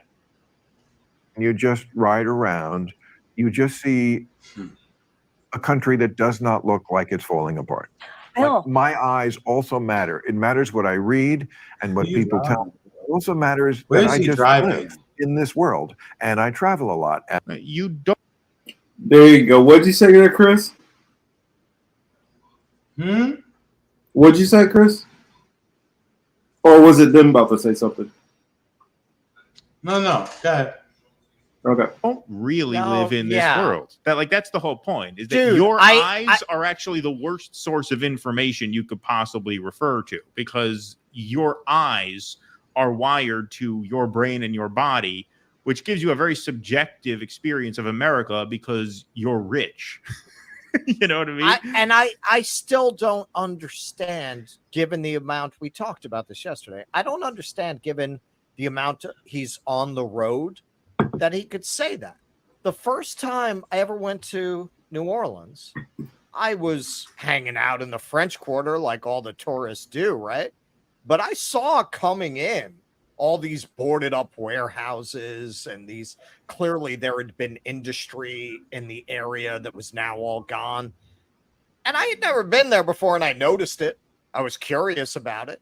When I just went to Buffalo, man, you have all these ruins of factories, like the piles of bricks from where factories used to be, abandoned grain elevators.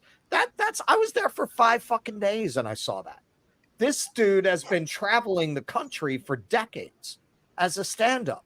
How could he say this? How could he not have seen any of that? Even, you're Bill Maher, you're rich, man. You're not hanging out on the rough side of town, but just driving in from the airport. Because Bill Maher is full of shit.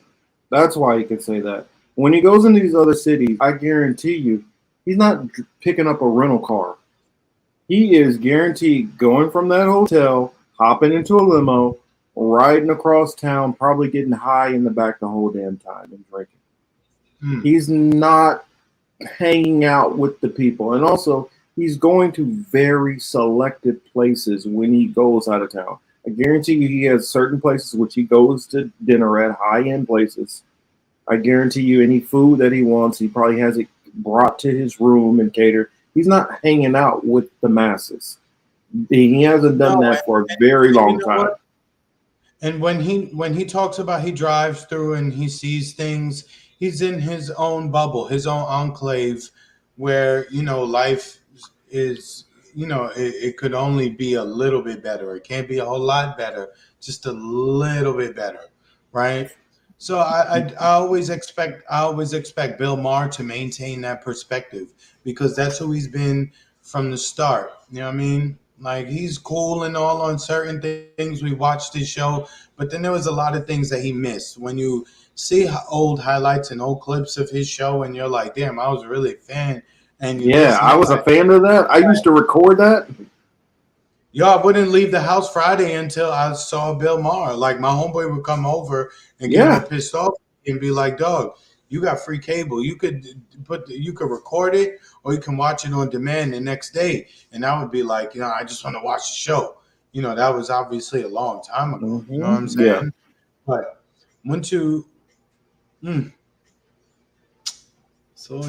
that's like a decade. I think I remember, like, I would watch it and they're like, oh yeah, we still going out? Yeah, man. We'll just pregame while we watch this a little bit.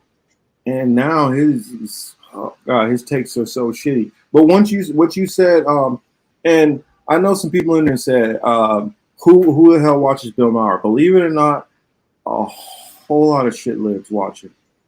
And now the moderates, basically the moderates on the left and right, still listen to him and still take his word very, very highly. Plus, he says something, they put it on all of the major platforms. And so what he says is being boosted out, and his opinion is taken seriously. And that's the reason why, like, people who were big time Bernie supporters would be like blown away. We see all this energy around Bernie, but how quick and easy it was to deflate it, because we were completely underestimating how many shit libs and normies that buy into bullshit like him, especially a lot of the older Gen X and a lot of the baby boomers. A lot of them still listen to this dude and respect his opinion.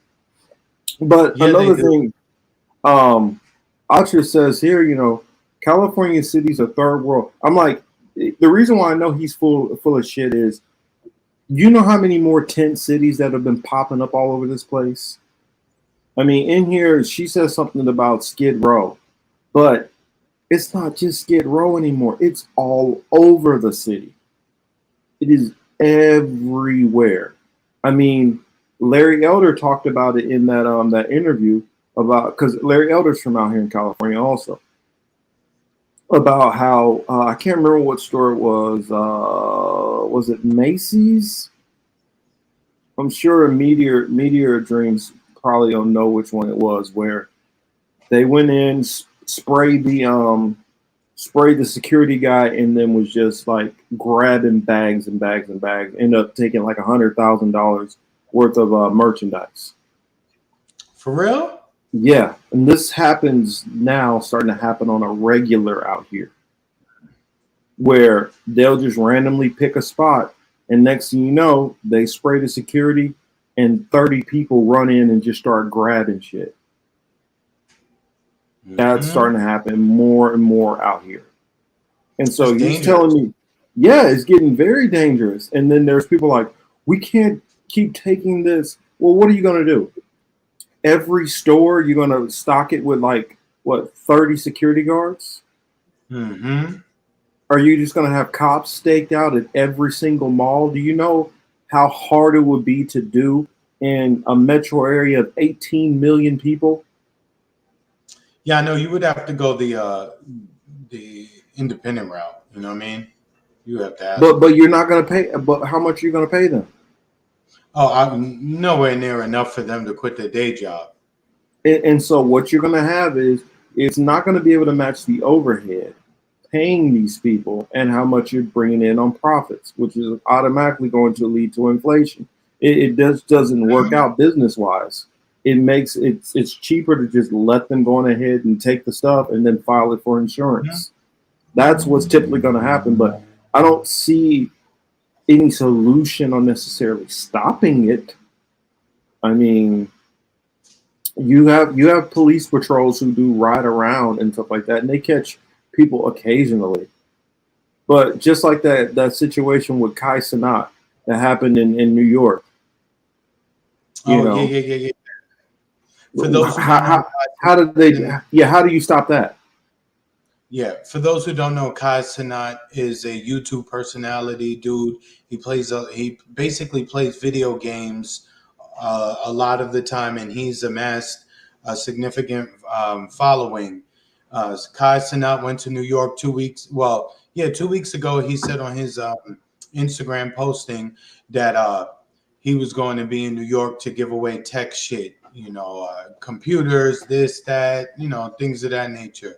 So, of course, who got there first and kind of ruined it. Mm-hmm.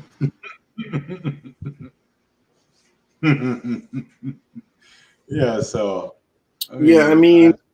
It was his, and he's probably going to end up catching. I don't know. They might let him off with a big fine, but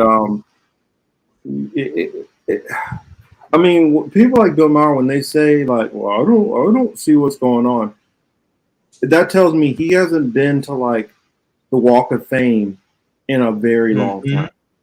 He hasn't been to Hollywood Bowl. He hasn't been out to Venice Beach or Santa Monica in a while. From the time when I first got here, before the pandemic, to now, you know how many businesses that have shut down on the Walk of Fame? I mean, it's a shell of what it was. And that's only like a handful of years ago. Not even to mention what it looks like compared to like 15 years ago or 20 years ago. Hamza says downtown LA was always shit. Well, I mean, but you have a lot more businesses that are shut down. You go to Venice Beach, the amount of homelessness, the amount of homeless people that you see on Venice Beach. And Santa Monica, all that happens is during the daytime, they kind of push them out. But at night, whether they're actually sleeping out there on the beach or they have some old busted up vehicle, there's a lot of people sleeping in their vehicles in Santa Monica. A lot of them. And somebody like Bill Maher, it tells me you're not even, and the amount of inflation. You know how many more people who are living like, who are renting out, not renting a apartment or a studio out to people, renting not a room out to people, renting the couch. There are people who are renting a couch that between this time to that time every night they can sleep on somebody's couch. You got people who are, and before this was like more of an undocumented thing. No matter which background you are, it would get like a 1-2 bedroom, and then 6 people are in there. Now, that's regular. I mean, that's Americans who are doing that too. Correct. That's what we major in. I mean, it's getting bad all over, and the housing crisis is only getting worse out here. I mean, with this whole storm, they had to figure out what they were going to do for all these homeless people, because they have like this area set up in San Diego where it's a whole part of a parking lot where it's just literally a bunch of tents, and then restrooms and all that that's set up as like a permanent homeless station. I mean, I don't think like people like him get the gravity of what's going on even around him. And I mean, it shows he don't care or pay attention, because with the whole this whole strike that's going on right there in Hollywood, the whole streaming thing has been killing. I mean, economically killing, not physically killing. Been destroying a lot of these people in Hollywood. So it's mind-boggling to me how he can be this ignorant of what's going on right around him in a city he's lived in for probably 40 years or more. It's mind-boggling. Yeah, Thomas says, even social justice warrior Anna Kasparian turned on the homeless in Cali cities, as it must have turned out that bad. Then again, Anna is better than you. Well, a lot of the people, well, here's the problem. Here's the problem that you have here with California in this homeless situation. As they work out solutions and things to try to house some of the homeless, you have homeless people who are coming from other places to here because they're finding that, oh, if you're homeless here, you're able to get this and this and this. So it's a never-ending flood of people who keep coming because they're able. You see the problem that we're running into out here? Mm-hmm. Mm-hmm. I know. So I know. Mara doesn't get it. Well, I don't think that he's deliberately saying that because they're paying him. I think he's saying that because he don't give a fuck. He just don't care. He's just really, him and his circle is fine. So he doesn't care. That's what happens when a lot of people have, amassed a certain amount of wealth and they're doing good and they just don't care about other people anymore. Let me see what's on the Rock fan side. I see Carpathian 9 is here. Himcar, what's up, y'all?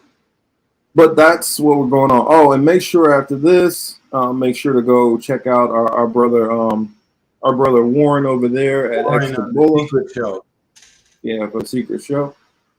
But I guess there's not really much more to say. I just wanted to add in that Hamza says LA and San Diego are third world countries. See, a lot of people, they don't go past, like you said, he doesn't get out of Beverly Hills. Exactly. If you stay in Beverly Hills, if you stay in certain areas like West Hollywood and stuff like that, that's one thing. But like for instance, some people would think, well, you do have Compton and Watts and all that. Actually, they're gentrifying some of those areas. But there's a lot of California, especially LA County, that's not doing that great. A lot of areas. Then you have to stand on the way to work. It creates rifts between homeless, and it is. And then you have mental health issue. You have a drug epidemic out here going on. So, I mean, you know how many homeless people which we're getting from like New York and places like that because it's cold. So they're like, well, I want to be homeless. Why don't I just go out and sit on the beach? No, I never realized that because down here, same thing. There's a lot of homeless people here in South Florida. Like it's crazy. Every exit along the 95 you get off, there's homeless people, asking for money, begging for money, telling you what they did. They got the whole wild I need a beer sign, signs out. You know what I mean? They're doing the most. As you know, from before, there was homeless people downtown that I looked after. So if I'm gonna do anything for homeless people, I've already got my these two guys that I tend to look out for. Yeah, I mean, and this is also a problem too. Thomas says I saw a YouTube video about a homeless woman in LA who makes $50,000 annually, yet she can't afford a place to live. She makes more than I do, and I own cheap stuff like truck. There's a lot of people who work full-time jobs out here who are living in their vehicles. A lot of them, and it's not by choice. Like for instance, storage units are super expensive out here. You know why? Because people would rent a storage unit and live in it. Mm-hmm. So a storage unit is as much as an apartment out here now. I mean, anywhere that you can find space, it's a hot mess of a situation out here. I don't think a lot of people get it. Hamza says, when did San Diego start becoming shit? Well, I mean, I was just out in San Diego last weekend, and it wasn't or was that week before? and it wasn't that bad where I was at. I mean, it's still pretty nice, but definitely can't afford to live out there. Hell no. Janina, what's up? Yo, what's up, Janina? Mr. Street says, my uncle said, stay on a gated community hill outside LA. It's nice as fuck till you drive 5 minutes away. Well, the problem is, you know how much these places are costing? I mean, single family home out here, we're talking about 650 to 700,000 easy.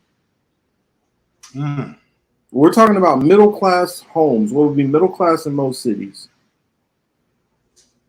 I mean, I don't think people get the gravity of how expensive it is out here, and it's only getting worse. Let's see. At Political Matrix, what is about California that is making it so impossible to live there? The problem, you could say taxes are high, but the problem is there's too many people here. Because there's so many people here, landlords are able to just keep charging more and more and more and more. And then when you have people who are making good money, and when I mean good money, there are plenty of people in this city who are millionaires and billionaires. When you have a lot of them and they're willing to pay more, and then also you have the investment bankers who they come in and bid on everything. So you're trying to buy this house and the house is say $650 and you're able to pay $675 for it. Well, then a bid comes in for $700,000. Then what do? And that's the problem out here.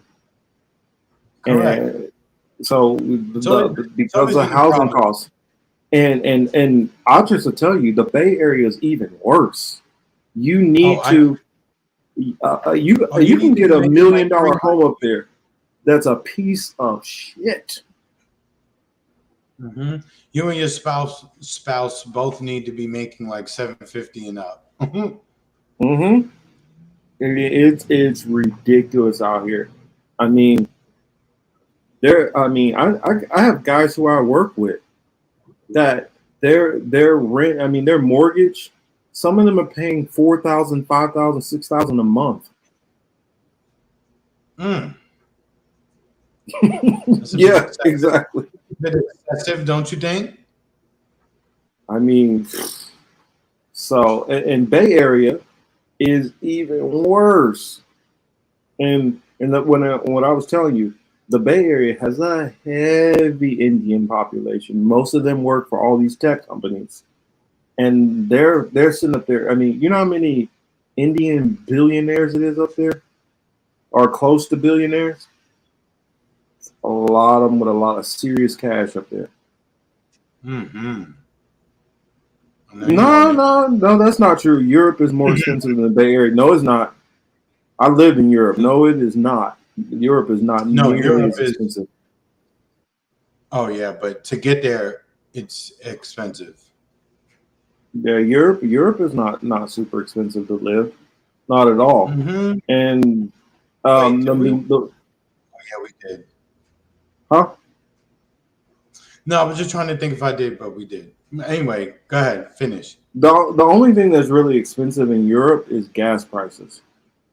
Now, having a car, now that'll take your head off. I mean, I lived in Italy and I lived in Spain, so, and then I used to go to Greece and Turkey very often. So I'm very familiar with, especially the Mediterranean and a lot of those areas. I mean, the most expensive place to live in Europe is in England, and England is the most expensive. And England, you can find affordable wages. You can find places. Yeah, South Europe is cheap, very cheap. The Mediterranean is very actually it would be Eastern Europe is the cheapest. When you start getting into closer to like Bosnia, Kosovo, Lithuania, you know, Armenia, all these areas over there, that's where it starts getting cheaper. But it's also far more dangerous, and you need to worry about human trafficking. That's a whole nother story. Yeah, Now, seriously. what? It for real? Mount Etna is going off right now? Holy shit, for real? Let me check that. I used to live next to Mount Etna. And for those who don't know, Mount Etna is a volcano in Sicily. Wow, that's not good. Oh, it sure is. Mount Etna erupts, leads to flight cancellation at Sicily's Catania Airport. That's going to hurt their tourism dollars. Catania Airport. Catania. Mm-hmm. Wow, that's crazy. Either or. That is crazy. Yeah, a lot of stuff's going on, but according to like everybody, all the weather is being controlled. So just tell the people who are controlling the weather to just knock it off, and we'll be fine.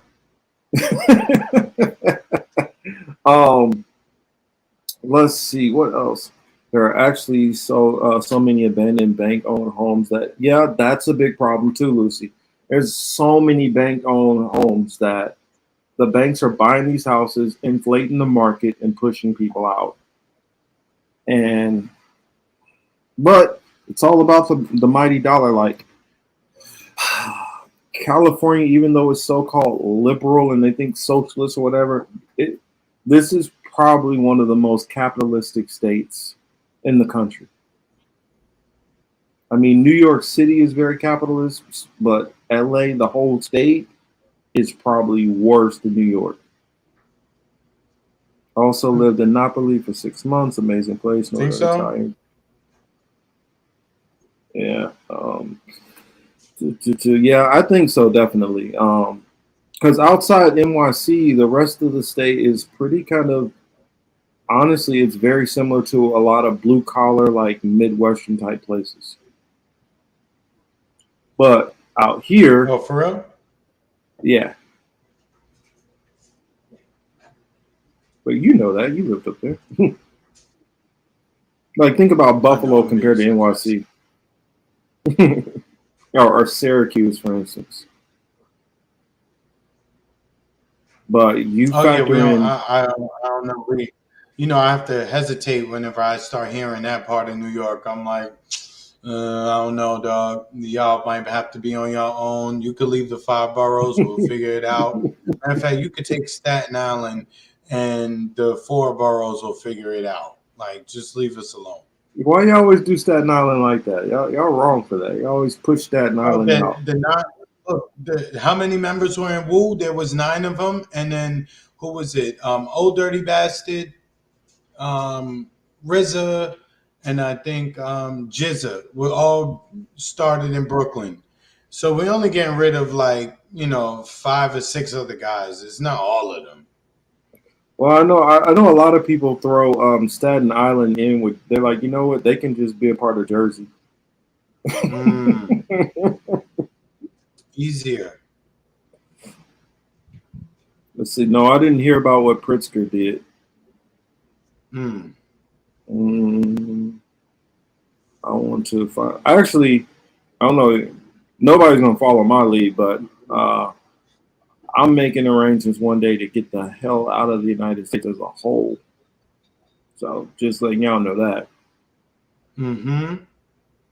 The bridge is over. The bridge is over. Bye. The bridge is over. The bridge is over. And so, that's right. I need to bring up crazy ass. So we talked about, and it's pretty much mild with this hurricane. I haven't really seen anything happening, so nothing really to report. Oh yeah. Or at least not in my neck of the woods. Oh yeah, that's right. Shaheem too, Hamza. But yeah, it's unfortunate. But yeah, they're gonna have to get left behind because they'll mess with us, and that's mad far. Nobody goes to Staten Island unless you have to. Why are we going to Staten Island? Well, who want to get on the fucking ferry?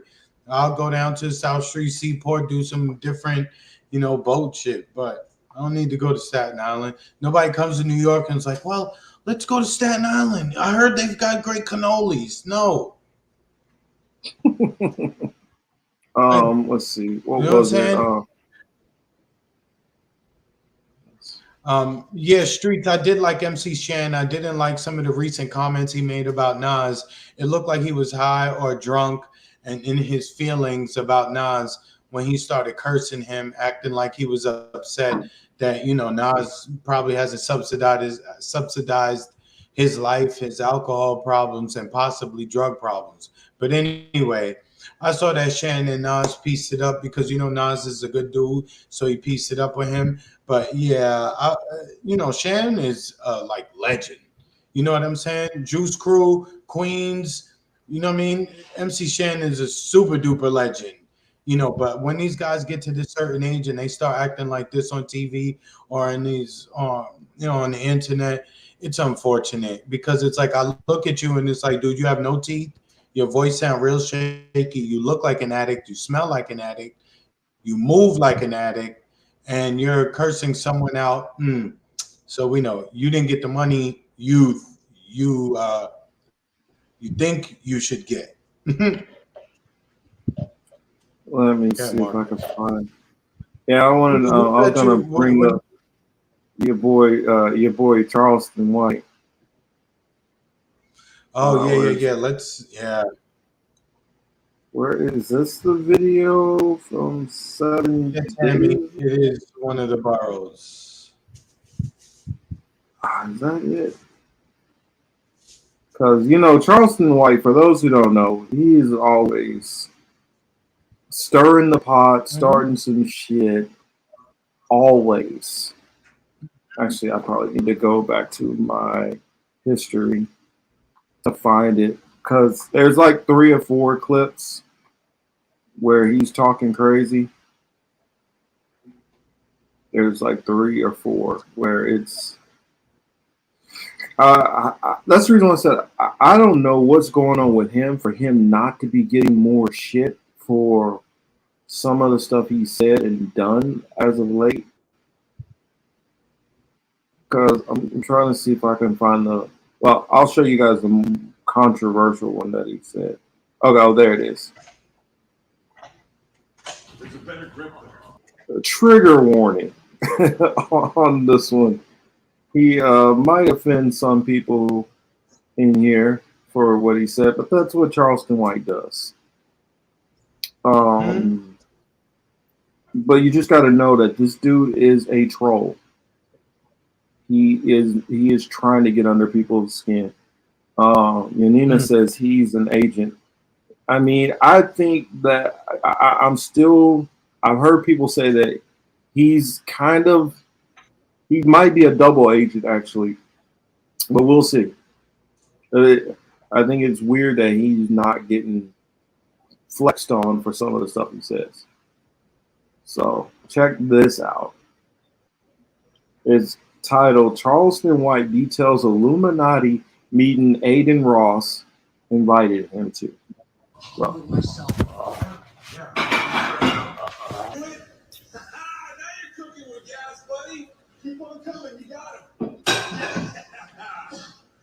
Hey, Glenn. Let me turn it up. Yeah, that would never happen to us.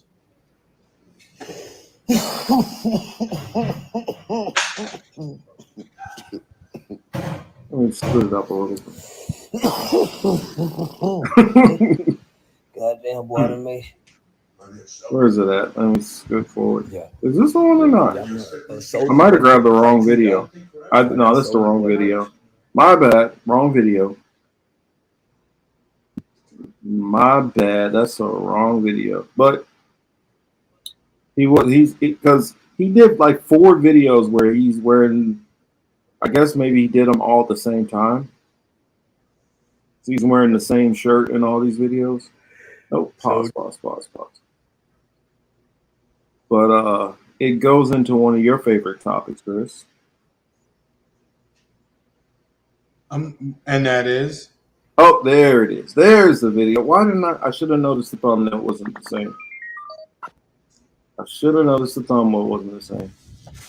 What up, YouTube? Welcome back to the channel. We got Charleston way back. He's going in on Izzy Prime this time, and he details the Illuminati meeting he claims he had. I'm gonna let y'all check it out for yourself. Don't forget to like, comment, subscribe. Let's get it. Shit, you okay? Look, grab him by the feet. There's a better grip there. I'll do it myself.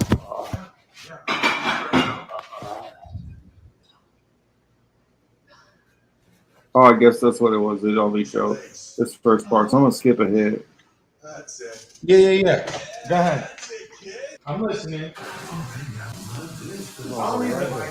Sent me this today. Nigga, a promise fee. Fucking the translator. I said, what? I ain't doing shit wrong about that. So what he's talking about right here, let me pause it so I can set it up so you guys know what he's been going on. Right here, he's been talking about like Aiden Ross, and for those who don't know him, he's a big time Twitch streamer, probably one of the biggest Twitch streamers in the world right now. About how he tried to get him, he was hanging with him for a short amount of time, and then they started beefing on some stuff.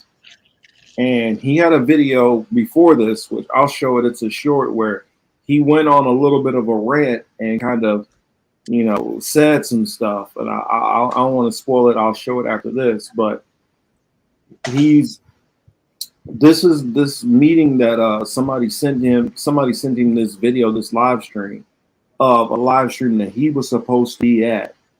And he talks about some of the stuff that's happening there and what allegedly happened.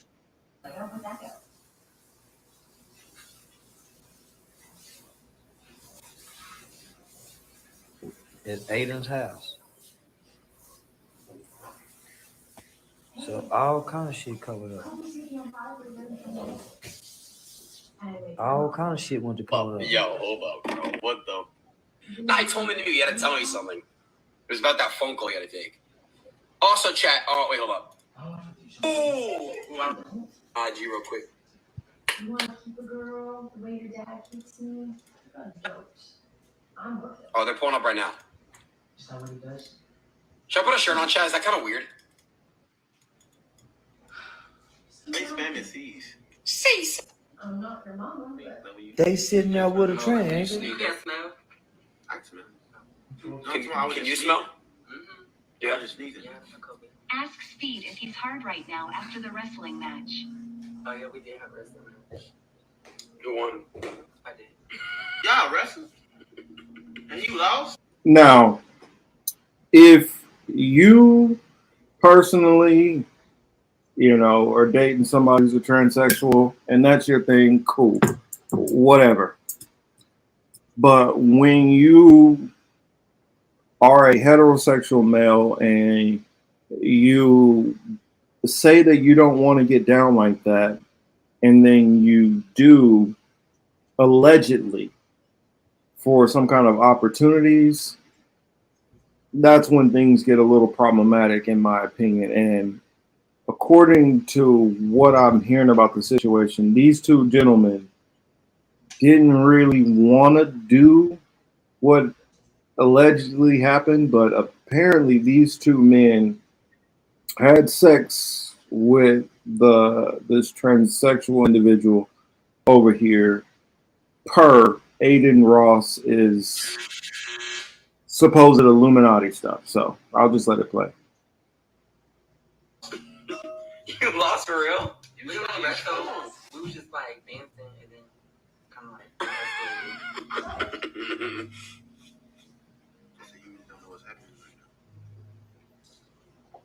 These niggas sitting here with their shirts off with a transsexual after having a wrestling match.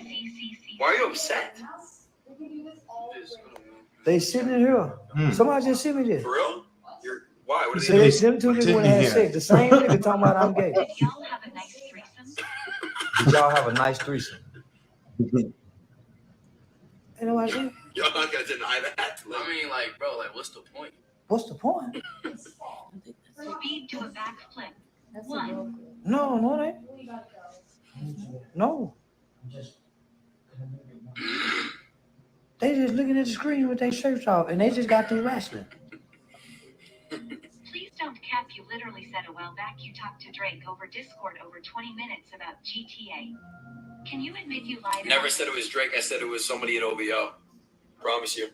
Look. Listen, this is somebody just sent me. Look, Prime, name Speed, fucked the tranny and ate his house. When I click on it, this the video to come up. You're so hot, Aiden. I want to fuck your push so hard it breaks. Hey, who's the best looking in the room right now? Oh, right now, like me. Yeah, that's definitely a man. What the fuck? Aiden, you should have stayed shirtless. This is what they were trying to get me to sign to. No. You don't love me. Yes, I know now. Yeah. Look, he said that he really hit that duty booty. Look what this nigga did. Oh, they said they hit that duty. How was Abby's duty booty? My booty clean, y'all. That was cute. It's called duty. Why would her booty be dirty? It's duty. You heard nigga? That's the nigga, the Prime nigga. Yeah. I've been wondering. I think he thought I was finna get 8 in that dick. That boy thought I was finna get 8 in that dick. That what he was so mad about. You see this man Keegan. Y'all tripping, bro. They Y'all definitely did something they way too awkward speed XC. Bro, yo, chat, y'all ugly as hell, bitch ass niggas, and y'all stink. Goof ass bitch. There you go, getting fight mad again. So Chris, I'm curious to hear your thoughts on this so far, because this goes on very awkwardly for a little longer. I mean, I don't know what they were promised or agreed to in this. A lot of the time when these young folk get together, it'd be a lot of those undertones, shall we say, especially when it comes to the more popular you are. There's that seems to be a thing in that world. So does it seem like they was on some other shit? Yeah, it does. Well, allegedly, they went in the back and they went and did some stuff, and they say they was just wrestling. I mean, I don't know the details. I'm just going off allegedly. This is, and Correct. then the whole people in the everybody in the chat keeps going on and on about, man, what was it like, and which one of those was more attractive, and was the sex good, and all kind of comments to that effect. Mm-hmm. And then the one guy is just sitting there rocking back and forth, and he don't want to admit to anything or say what's going on, and the other one just keeps getting mad. Mm-hmm. And while he's sitting there, Aiden thinks all of this is funny and he enjoyed it. Mind you, he's the one who organized this party. And Charleston White was supposed to have been there also. And so that's where this is. It's one thing if people want to do stuff. It's one thing if people have their attractions to whoever they have their attraction to, that's their business.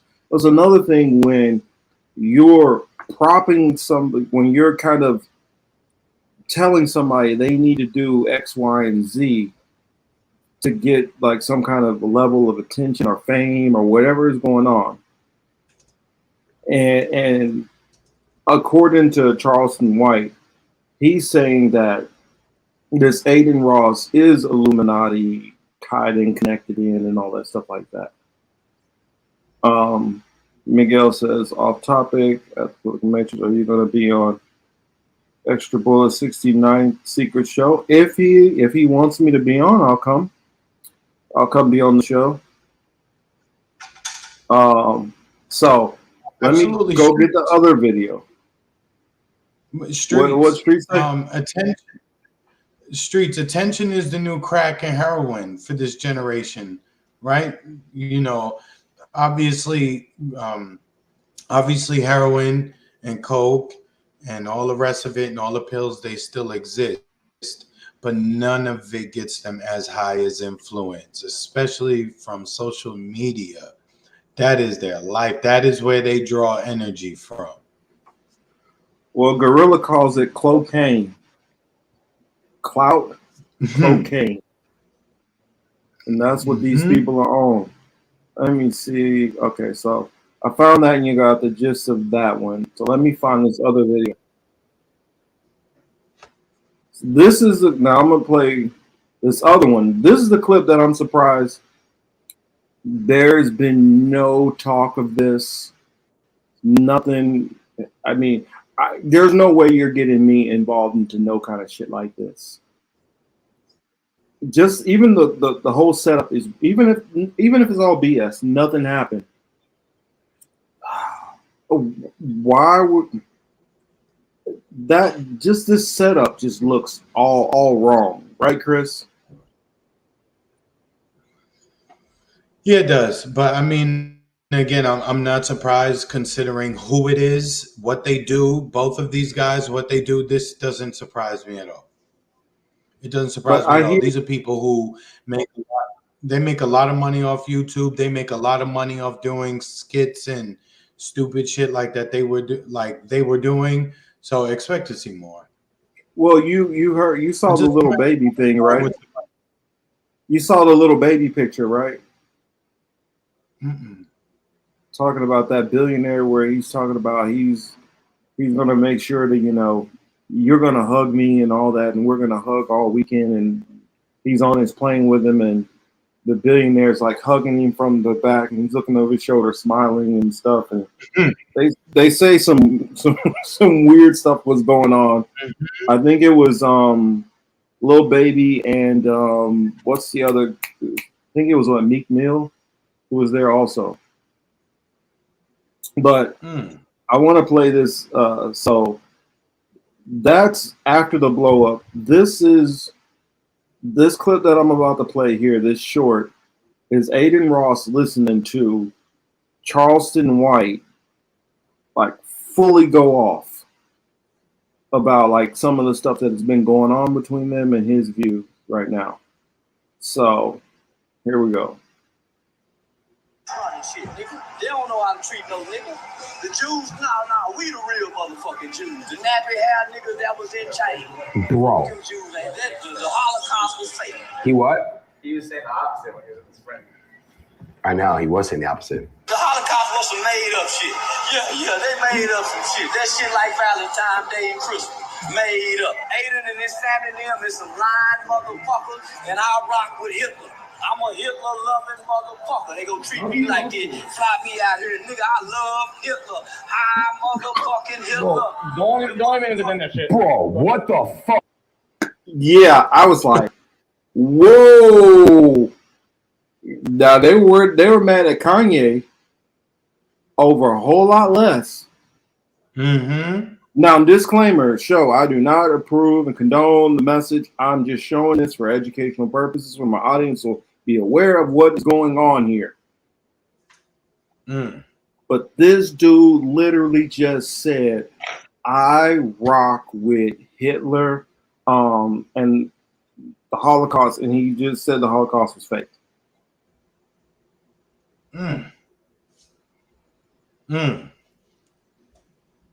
Yeah. And so, and he's been going on a back and forth feud now with this Aiden Ross. Aiden Ross, I believe, is trying to sue him now, and it's getting, the situation is getting ugly. So they went after, I'm just saying, this situation has been getting ugly.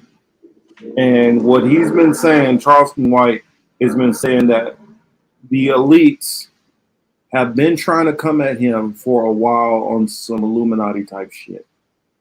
And it just so happened that Aiden Ross was like the last person who's tried to reach out to him on that level. Because I guess, according to Charleston White, not even saying we agree or disagree, he's saying that they get some of these people as almost like recruiters to kind of bring people into this network and into this club. Okay. Yeah. Let me read this one from Lucy. It says Malthusian ideology points to pushing more gay culture than exists naturally in the population. The population agenda, no accidental exactly, no accidental babies. And that's what I've said. Man, we got to get you on. We got to get you on the show, Lucy. Definitely.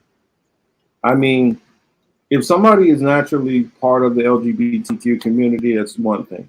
But when you start trying to force people into it, like this weird video I saw not that long ago about this trans person who was saying that it's transphobic if you won't be with a trans person.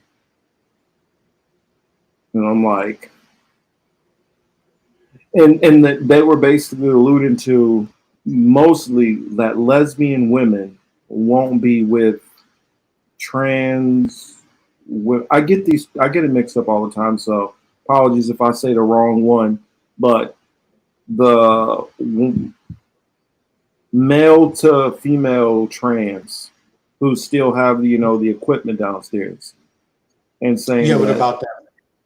They're saying that they should be with that they're being trans because lesbians won't be with trans women. Confusing. All of it's confusing to me. It's super confusing. Yes.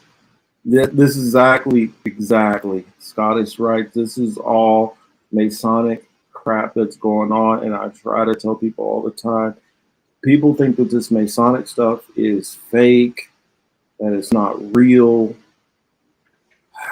And I've just seen the money ties to not agree with anybody who believes that sentiment. I mean, when you start, I'm surprised we haven't had whatchamacallit get in and start talking about, the Vatican like he normally does. But when you start looking through this, and then I've also heard from 32nd degree Masons who have said there's stuff that they don't find out. They've been Masons for like 30 years. And then all of a sudden, when it comes to moving up to that next level, then they hear a whole bunch of new stuff they've never heard before. And how certain elite celebrities will go through a weekend ritual and skip all the way up to the 32nd level in a weekend. People donate land and all kind of weird stuff like that. And they move up the ladder. And how most of these CEOs are all involved in one degree or another on the Masonic level. And then when you start looking at not only the Masonic levels, when you start looking at the other secret organizations, Skull and Crossbones, and all of these other different ones that you have out of Harvard and Yale and all that, where all these presidents go to, and it all interconnects between presidents, between these top generals and admirals, between these top CEOs, world leaders. All of these people are all involved together, and it's not hard to see the connections. After 33, that's when you start getting into a whole different other club. That's when you start getting into the Club of Rome, Club of 300, start getting into the Council of 13 and different stuff like that, which I don't know. We haven't went into a deep dive breakdown on that stuff in a while, which I don't know, might need to do it again. Yeah, you have that right. I wasn't gonna say that one out loud, but yes, that's and it's also a lot of them have some kind of humiliation type of what is it called, rituals.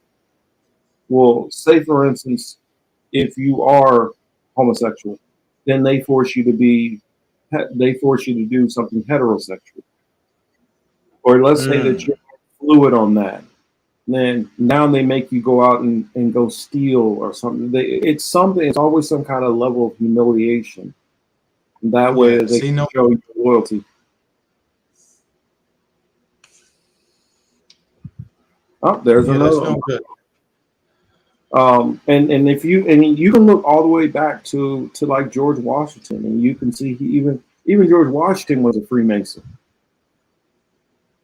Yeah, a lot of people don't know that though. They all are. Yep. And then you start looking into, like, for instance, Albert. Yeah, they do that too. If you find what going back and forth between men to women, then okay. Well, what about trans species? Are you down with that? So there's a lot. We're not going to go too in depth with all this tonight. I typically like to have all my receipts together when I'm going into all this, but that's the points that I want to get into. Oh yeah, Freemasonry simple are all over Washington. I'm trying to remember what show is it. One of the night shows that's right there on the Walk of Fame is Freemason Lodge. Was it Jimmy Fallon? I think it's a Jimmy Fallon show. Is filmed out of a Freemason Lodge. So if you guys ever look it up on the Walk of Fame, you will see right across the top of it. It says Freemasonry. Oh wow. Yeah. Numerology, most present. I don't understand the numerology thing. I'm gonna have somebody come on here and explain the numerology thing. I'm not good with all that. Oh yeah, Bohemian Grove. For those who don't know about that, which everybody following this channel should definitely be familiar with the Bohemian Grove, and we talked about Alex Jones briefly, and at least seen that that old school video that he did. MTV has a Grand Lodge in Canada. There's a Masonic club inside of Disney World, the one in Orlando. See, that's what I'm saying. They just hide shit in plain sight, and if you're uninitiated, it goes over your head. So whenever to hear someone speak like how we do sometimes, or at you in this moment, then it's like, oh God, here we go. This guy's crazy. Doesn't know what he's talking about. He's making it up. Da, da, da, da. But these things are very relevant. Let me see if I can find it. It's called the Club 33, Walt Disney. And how much does it cost to join Disney's club? Let me put this on the screen so y'all can see what I'm seeing. Right here.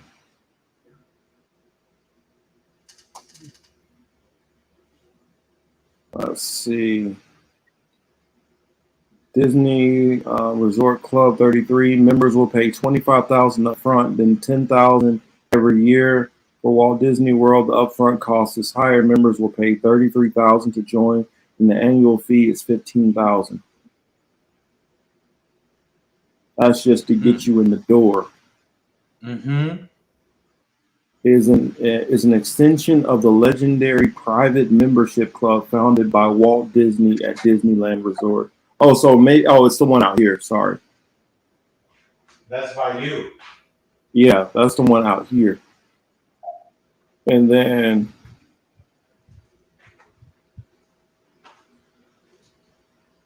Lucy, I'm gonna have to hit you in the DM and talk about that, because I just thought it was weird too. All of a sudden, just a flood of people all of a sudden that just woke up, and one moment they're all of a sudden trans. It's like, huh?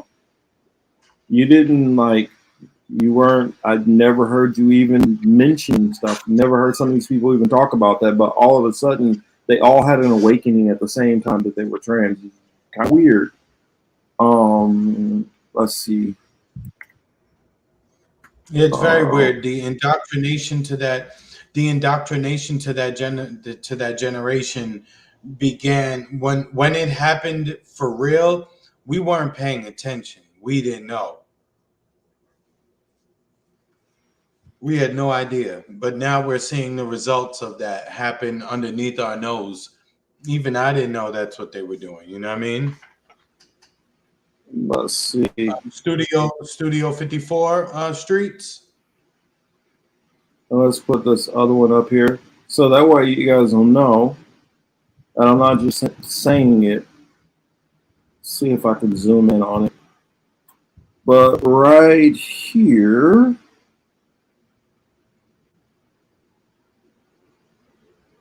dang it, I didn't mean to do that. No, that's not what I want. Let me get back to it. I wonder if I can, how I can make this larger.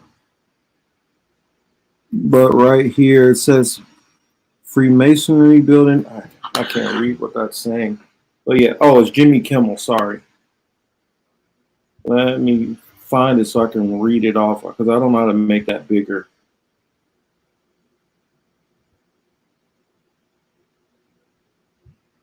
What you looking for, Marcus? The Jimmy Kimmel building. I was going to read what it says at the top.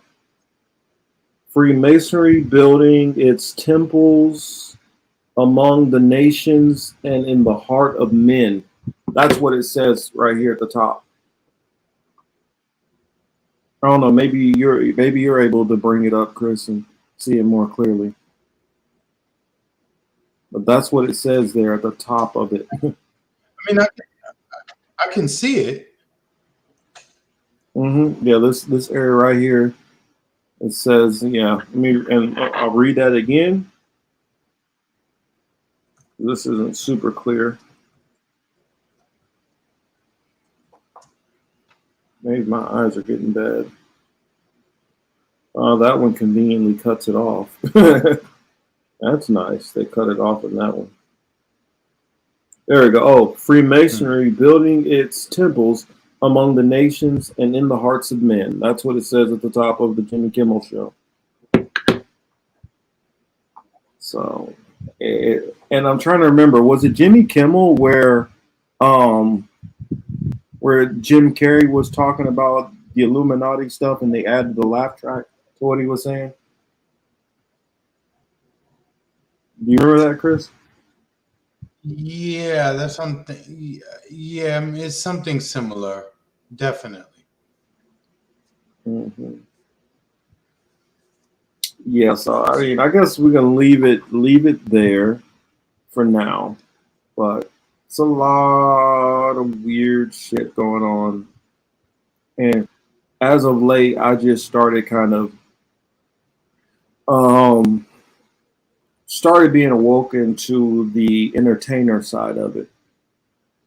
I was mainly focused on the banking side of it. Because I remember growing up, I used to think it was ridiculous when I would hear people say all these celebrities are all involved in it. I'm like, man, whatever. They don't care nothing about no damn hip hop, stars. They don't care about no damn R&B. And I'm like, that's just stupid. You really think they care? Some damn comedians is in the Illuminati. Man, get out of here. You stupid. Like, yo, for real. Why you lying? Like, you don't know what you talk about.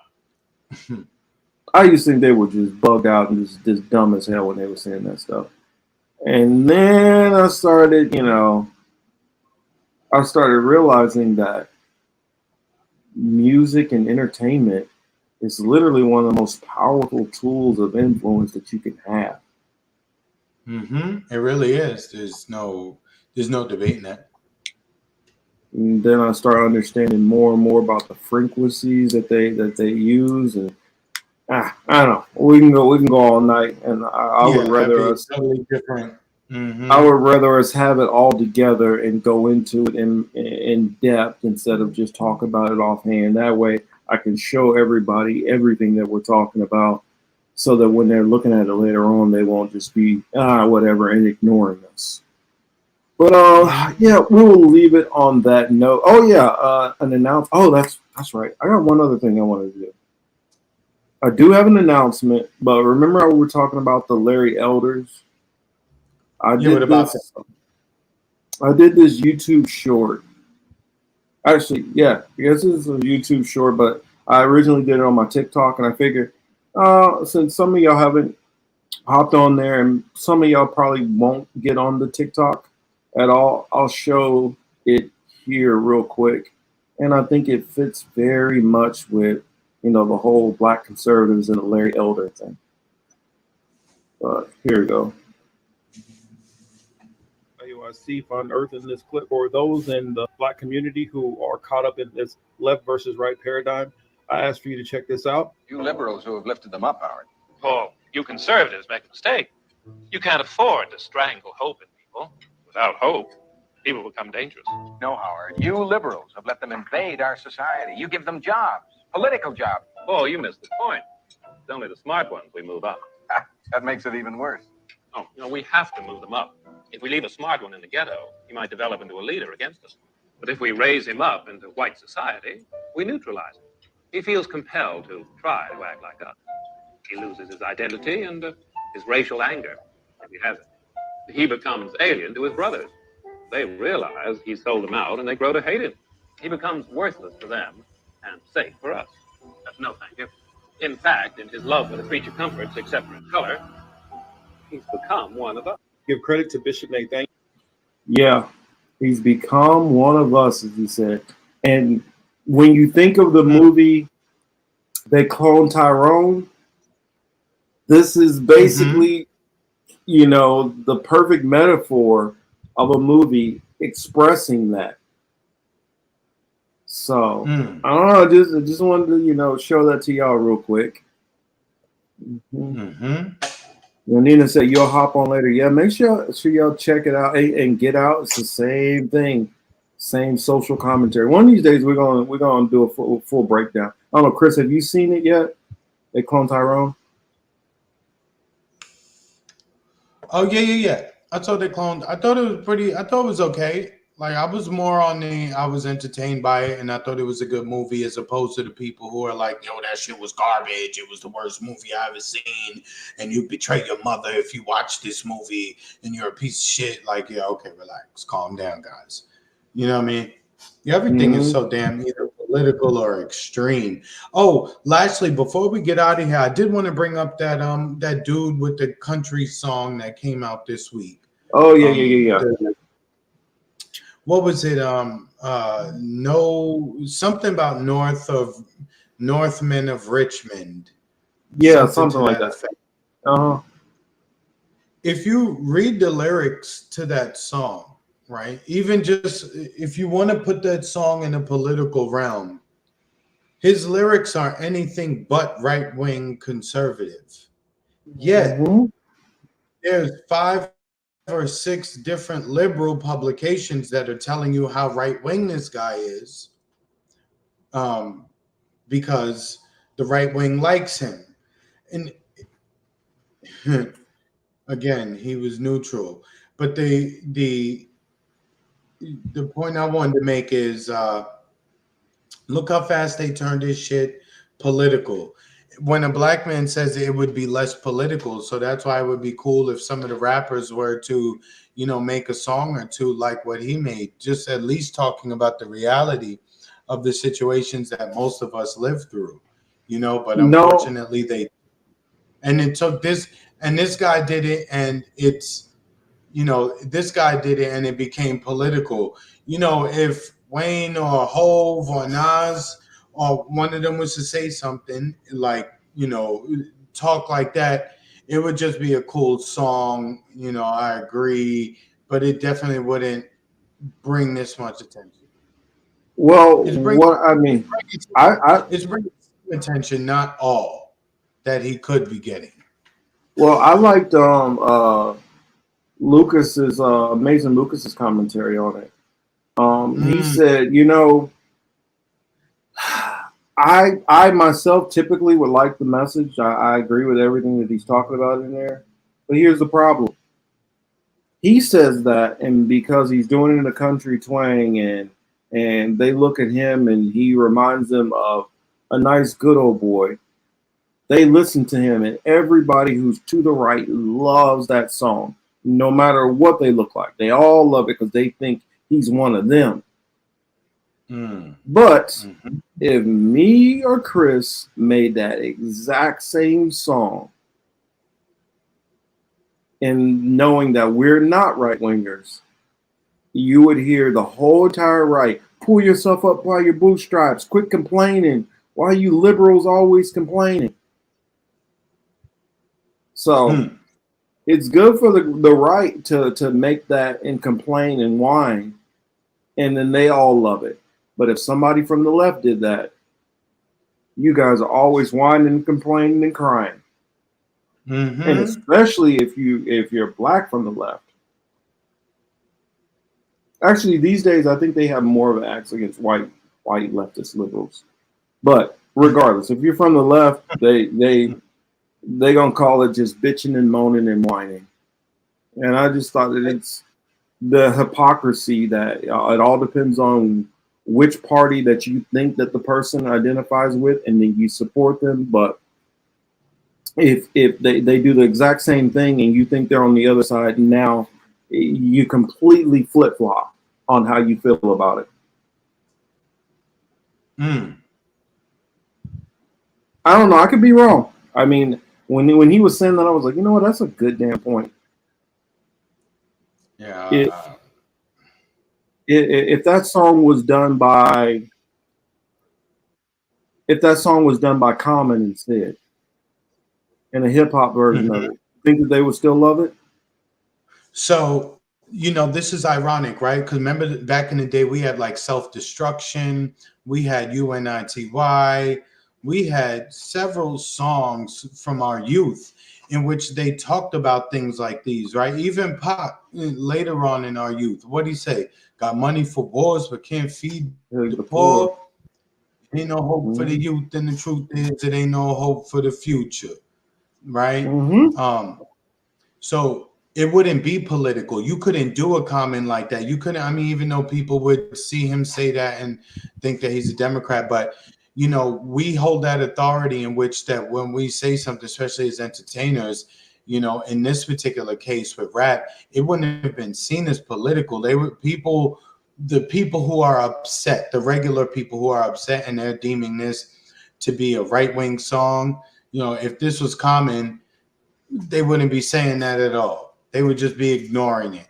Like, why is he saying that? But the thing is, we as I just want to deal with this. As I said, we had rappers who put forth certain messages in the music, 10, 20, no, well, not 10, but 26, 27 years ago, 28 years ago. I think they should get back to that, even if it don't make the radio. I think the artists should go back to at least discussing on a light level some of these societal issues that we face. You know what I mean? Especially guys who be in the streets. Well, the thing is, they probably are. We're probably just not hearing about it because of how controlled the streaming platforms and all that stuff are as far as algorithms, and probably just not hearing about them because there was always those conscious rappers who were out there. They just got drowned out by whoever the record labels wanted out. Record labels messing with, right? Yeah. That's how that shit goes, man. That's a dirty business too. Very, very super dirty. Disgusting business. Yeah, it is. But yeah, we're gonna close on that note. Thank you so much, everybody who was in here. For joining us. Thank y'all. We know y'all could be anywhere else, but y'all decided to spend the time with us. Lucy, thank you so much for being in the chat. We got to definitely do some kind of collaboration with you sometime soon. Definitely sooner than later. Oh yeah, my news. What is it? Next weekend, I got an interview. Or I don't know. We have an interview, and it will be on this channel with that was a long Ryan. time ago. Ryan from The Last American Vagabond. Oh, okay. So, yeah, so looking forward to that interview. And it will be on a Sunday during the day. Yeah, I thought it was a good song. I can't support a bride in bro. But alrighty, y'all. Thank you so much, everybody. And I'm going to head over to Warren's stream. I'll play around in the chat. And if he wants me to hop on the show, then I'll hop on the show. All right, y'all have a good one. All right, guys, have a good one. Peace out. Good night. Good morning.